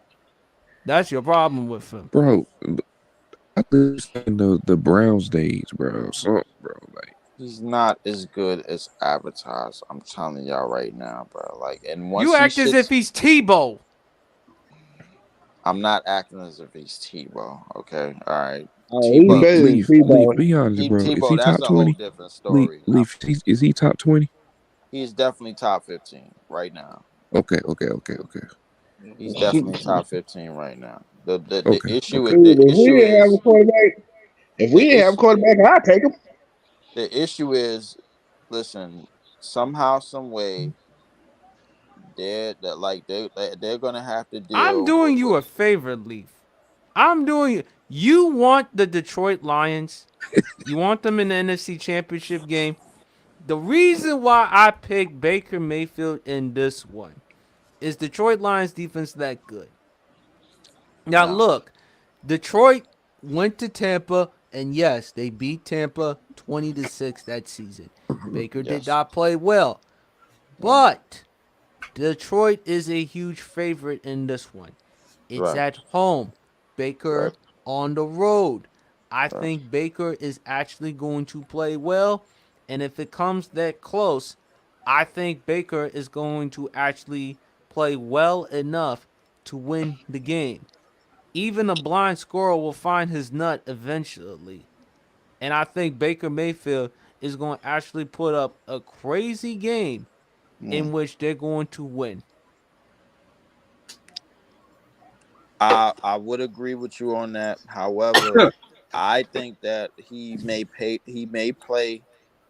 Him and Goff may play each other to a standstill in terms of performances. However, it's going to come down to the rest of the team, and I think the Lions playing another game in that stadium again, and hosting one more game and hosting the NFC Championship game in that stadium is pretty much. It's pretty much already written, like kind Good of boy in wonder. some degree. So You trust Dan Campbell when it comes to clock situations, late situations? He's going to no, be too aggressive and he's going to do something dumb. yes, he will. He most likely will. But at the same time, you asking me, do I trust Baker more than I trust him? No. The answer is no. And them winning that game, it's gonna come down to who makes the mistakes first, man. And Baker hasn't had that bad game yet, so All right. I'm looking forward to it. I got Baker. Baker, we trust. Now, let's talk about some wrestling because I know Aiden wants to talk about some wrestling. Now, these are some wrestlers from the WCW. Oh, wow. Okay. Goldberg, Sting, and Razor Ramon versus Scott Hall. I think I'll go first. Go ahead, Leaf. Starting Goldberg, that Yeah. run that he had in WCW, was second to none. The only other person that had kind of a run like that in terms of streak was Asuka. When she came out of NXT and into WWE and then went to WrestleMania, and then the streak got ended. Her winning streak got ended at WrestleMania, but like it's kind of a gift and curse type of thing, because if your gimmick is that you undefeated, you might as well. They said you might as well retire as soon as you lose. But I think Goldberg had an incredible run where he was able to do and lift that company in dire times for their last like kind of breath of gas of the air in Monday Night Wars. That was kind of it, you know what I'm saying? Until he got hit with a taser. and then the streak got ended, man. I'll never forget that. But I have to go with him. I'm gonna go with Sting, who was the flag bearer of that company. A lot of the things that Sting needed, even back in the 80s when Ric Flair was still there, he had got, you know, because Ric Flair kind of picked him out of a crowd and said, yeah, I want to work with him. So, you know, when you got Ric Flair to kind of reel you along and jumpstart your career, and then you go from that. He was also with the Ultimate Warrior at one point when they was in it before he got in WCW, and then obviously they went their separate ways. He went to WWE, you know, he went to WCW. But Sting, he had kind of reinvented himself during that era, because he went from like the American, all-American kind of, you know, blonde haired kind of guy, and then once he went to that the Crow looking version of Sting, that's when he kind of had the allure, and it was almost kind of like, you know, who was the guy, him or Taker. You know, I'm always go Taker, but as far as that company goes, I'll go with Sting to bench, and gotta cut Scott Hall, because I feel like Scott Hall was that guy when the NWO got started. He was like the third. You know what I'm saying? Like, because obviously Hogan and Nash, shout out the boy Wonder, he be on the pitch. Obviously Hogan and Nash was like the flag bearers of whatchamacallit and everything. Yeah, definitely. Sting was the icon. But I feel like Scott Hall was kind of the odd man out in that run. I feel like his Razor Ramon run and his run in WWE was a lot better than the one in WCW. Despite what everything that NWO did, that match obviously was Shawn Michaels, second to none. Still to this day, he actually won that match. A lot of people forget, but it was a great match, and he had some great times in WWE. God rest his soul, by the way, man. He passed. Yeah, rest his soul. Previously, No doubt about that. But I'm gonna have to cut him. So I got Goldberg, got Sting, and I got whatchamacallit, I got Scott Hall. So, Yeah. okay, so start Goldberg, bench Sting, cut Scott Hall. Yeah. Brandon. Yeah, I had the same lineup. Start Goldberg, bench Sting, cut Scott Hall. Aiden. I will say this: I didn't start watching wrestling until 2018. I'm just gonna say that. So I'm not really into the old wrestling stuff. I know a little bit of it, so yeah. I'm going to go with start Sting, bench Goldberg, and cut Scott Hall. Okay, Trey. Well, pretty much the same thing. Start Goldberg, bench Sting, and cut Scott Hall. Well, basically, Goldberg was just that superstar that WCW needed to at least try to compete with Stone Cold. And Sting, well, what can I say? He's an icon, and he kind of robbed us for an opportunity of him being in the WWE, because we never got to see him and Undertaker go one-on-one. Yeah, Scott Hall, Scott Hall was always the odd man out to me. And oh yeah, it's one thing I would like to say. If it's one thing I would love to do, I would love to punch Kevin Nash in the face for booking that terrible way to end the streak. Okay. I'm gonna start Stink. Mm. I like his personality. I was contemplating about cutting Goldberg, and the only reason why I was contemplating Whoa. because of the in-ring wrestler. I just don't think Goldberg as an in-ring wrestler isn't all that to me. Remember, he intentionally or unintentionally he cut the career of Bret the Hitman Hart. Bret the Hitman Hart even said it himself. As a wrestler, on a scale of 1 to 10, he was a 0. So I'll keep Goldberg. I'll bench Goldberg. Razor Ramon, Scott Hall, rest of his soul. Other than the ladder match with Shawn Michaels, and to a lesser, and then the NWO with him, Hulk Hogan, and Kevin Nash. Was there anything that you looked at that stood out to you about Scott Hall? Mm-mm. Anybody, Leaf? Oh yeah, when he used the taser on Goldberg. Yeah, he did that. I forgot that. Yeah, he used the taser on Goldberg, and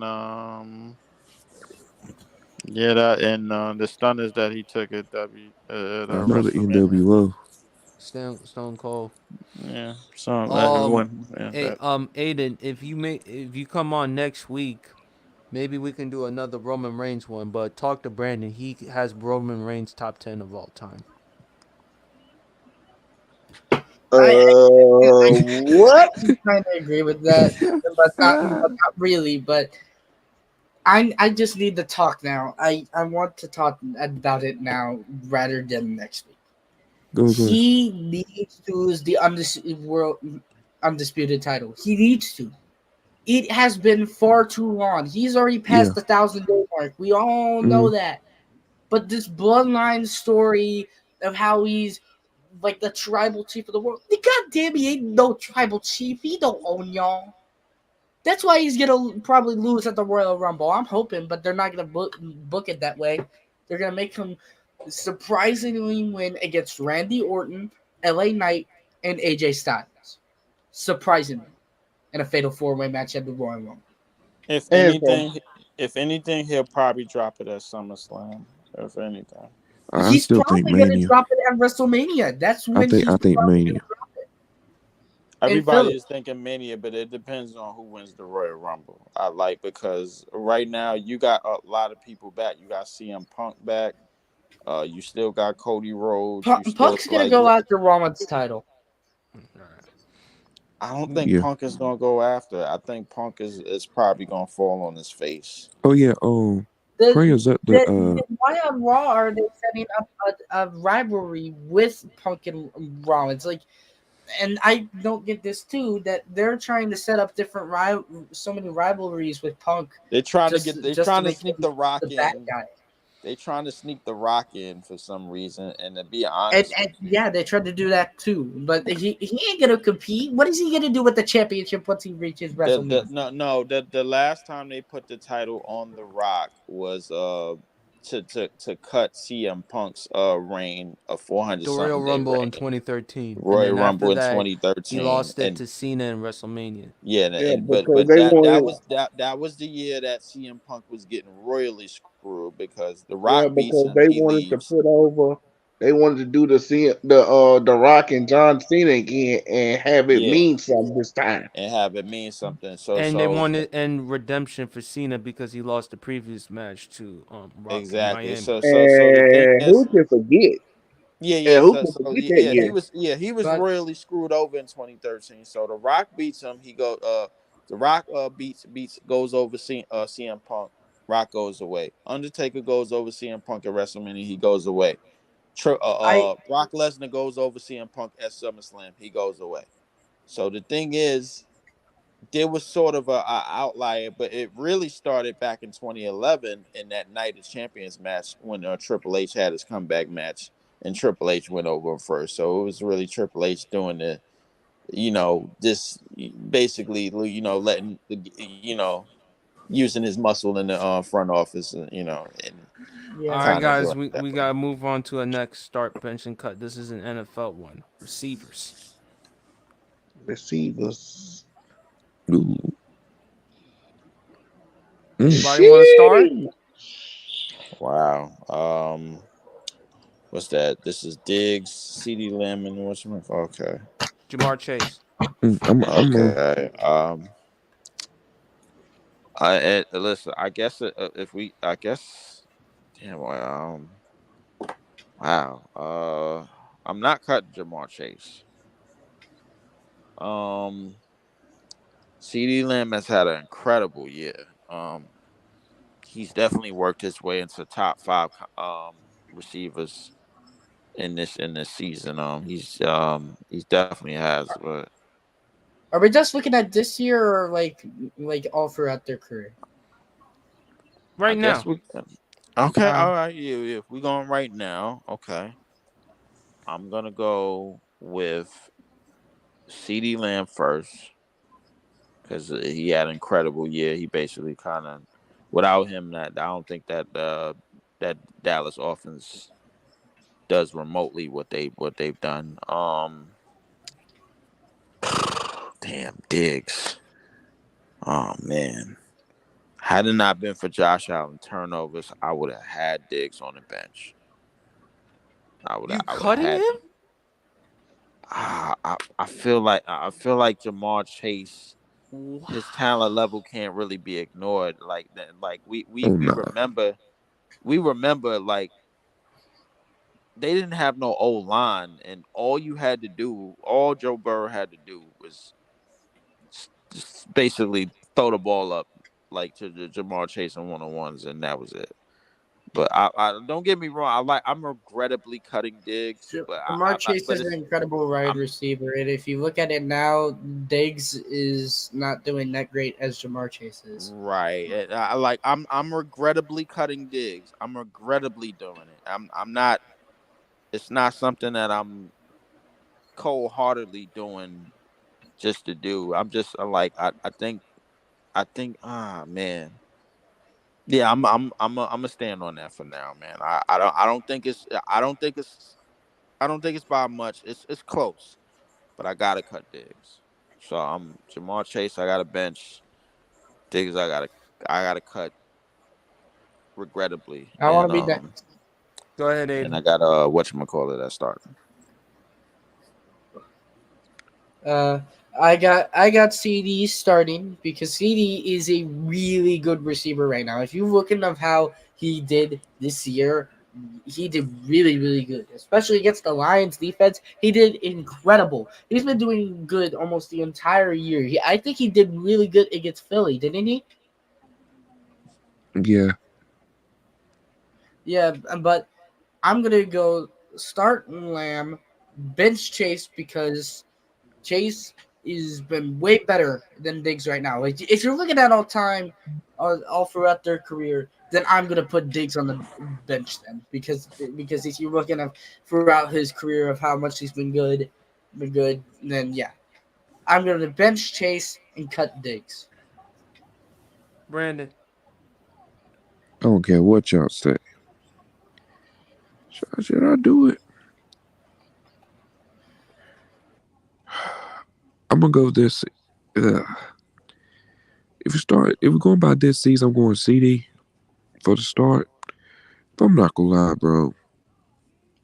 Disrespect for Diggs is great. I'm starting Diggs, bro. I'm sorry, Stephon Diggs still him, bro. Like, I mean, I know he having a down year and stuff, but I'm starting Diggs, benching CD, cutting Chase. Brandon, we're talking about like right now, and you think Diggs is good enough to start? Nah, if we talk about right now, CD. Right now, yeah, right now it's definitely CD, but You know what? I'm just gonna do it right now. Right now, CD, starting CD. I'm bitching Diggs. I'm cutting Chase. That's gonna be tough though, because again, Bengals fans, they look at how Chase was able to produce even without Joe Burrow. He was straight. Trey, Well, this is not a hard one for me. I'm starting CD Lamb. I'm benching Jamar Chase. And I'm cutting Diggs. And here's why. I know everybody want to talk about, right now he's not doing, but like, dog, almost everywhere he's been, like, even when he was in Minnesota, I'm like, I don't remember nothing about Diggs in Minnesota except for that game winning catch. What? Other than that, I'm like, Nah, Trey. You let Adam Thielen come through and take your shine. Nah, bro. And in the Kansas That City did game, happen. where Buffalo almost won, Gabe Davis came and took your shine.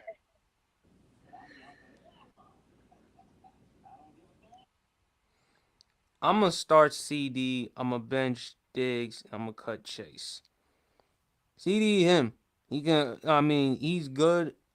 Just like Diggs is good as a route runner, so is CD. C's gotten better as far as with the hands. CD, you can utilize him as far as with the outside, and he's also gotten so much better as a route runner. Even though I thought he was good as a route runner to begin with. I'm benching Diggs because I think he still has better hands than Jamar Chase. I like Chase. I think he has the higher upside because of the athleticism and stuff, and plus how he was able to produce without Joe Burrow. I'm gonna still keep Diggs because he's still that dude. He's still him. He's still able to produce. I just think it's just more of a testament to Josh Allen with the turnovers. Josh Allen, his problem since he came into the NFL has been taking care of the football. And I think a lot of times he forces the ball into tight spots that he doesn't really need to do. So I'm gonna start CD. I'm gonna bench Diggs, and I'm gonna cut Jamar Chase for now. But anyway, folks, that concludes the rest of the Sports PSP podcast. Fellas, any final words? Yes. Obviously, what I already said before, the Packers is winning the NFC. I will be back on my channel, the Elite 4788. I have such shows as Nets Visual, where I do the Nets play-by-play games. I'm gonna do more of Leaf is the League. Coming up soon. This trade deadline should be a good one. The NBA season is starting to heat up, and the NFL season is starting to come to conclusion. Super Bowl's in a couple of weeks, and I do know that the Green Bay Packers will be in it. I hope. I don't really care who in the AFC will be in it, man. It's probably gonna be the Ravens. What should it be the Buffalo Bills? It really don't matter to me. So I mean, that's all I got to say, man. PSP, it's been always, man. Salute. Thank you. Aiden, it's been real, and I'm gonna get going, man. I'll see y'all dudes next week. Peace. Hey. And Aiden, appreciate you for hopping on to the pod, man. Wasn't expecting you to come, but always a pleasure. Tell them where to follow you. I found out about you guys from Harrison actually, because I'm actually like He friends contacted with you Harrison, about it? and I found out about you guys whenever like he posts on his story the PSP podcast. Oh, okay. So Harrison contacted you about me about that. Oh, okay. No, he posts on like his TikTok stories, like the sports PSP TikTok stuff. Oh, and then you saw that, and okay. And No, that's cool. and I follow you guys, I think, almost on all socials, on Instagram, YouTube, and TikTok. But anyway, man, pleasure having you on. It was nice. It was good to be on. I should be having a video this week on my YouTube channel coming out for the Ravens game, probably on Sunday. Just depends whenever I want it out or when I want it to be out. I'll probably be dropping conference championship predictions maybe on Wednesday or Tuesday.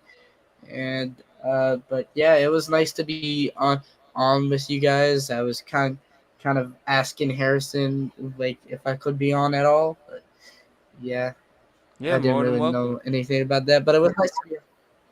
No, more than welcome. You're always more than welcome to hop on. And appreciate everyone for hopping on. Aiden, of course, Leaf, Trey, Brendan from the block, Harrison, Luis, Undisputed World Champ. Y'all know where to follow me at the Sports PSP. Like and subscribe to the Sports PSP podcast on YouTube. Every episode's Friday nights, 9 p.m. Eastern Standard Time. Also, go follow me on TikTok and also on Instagram as well. Pleasure. I'm going to go get ready for work tomorrow. Getting ready to watch some NFL playoffs. Y'all enjoy the rest of y'all weekend. And we is out.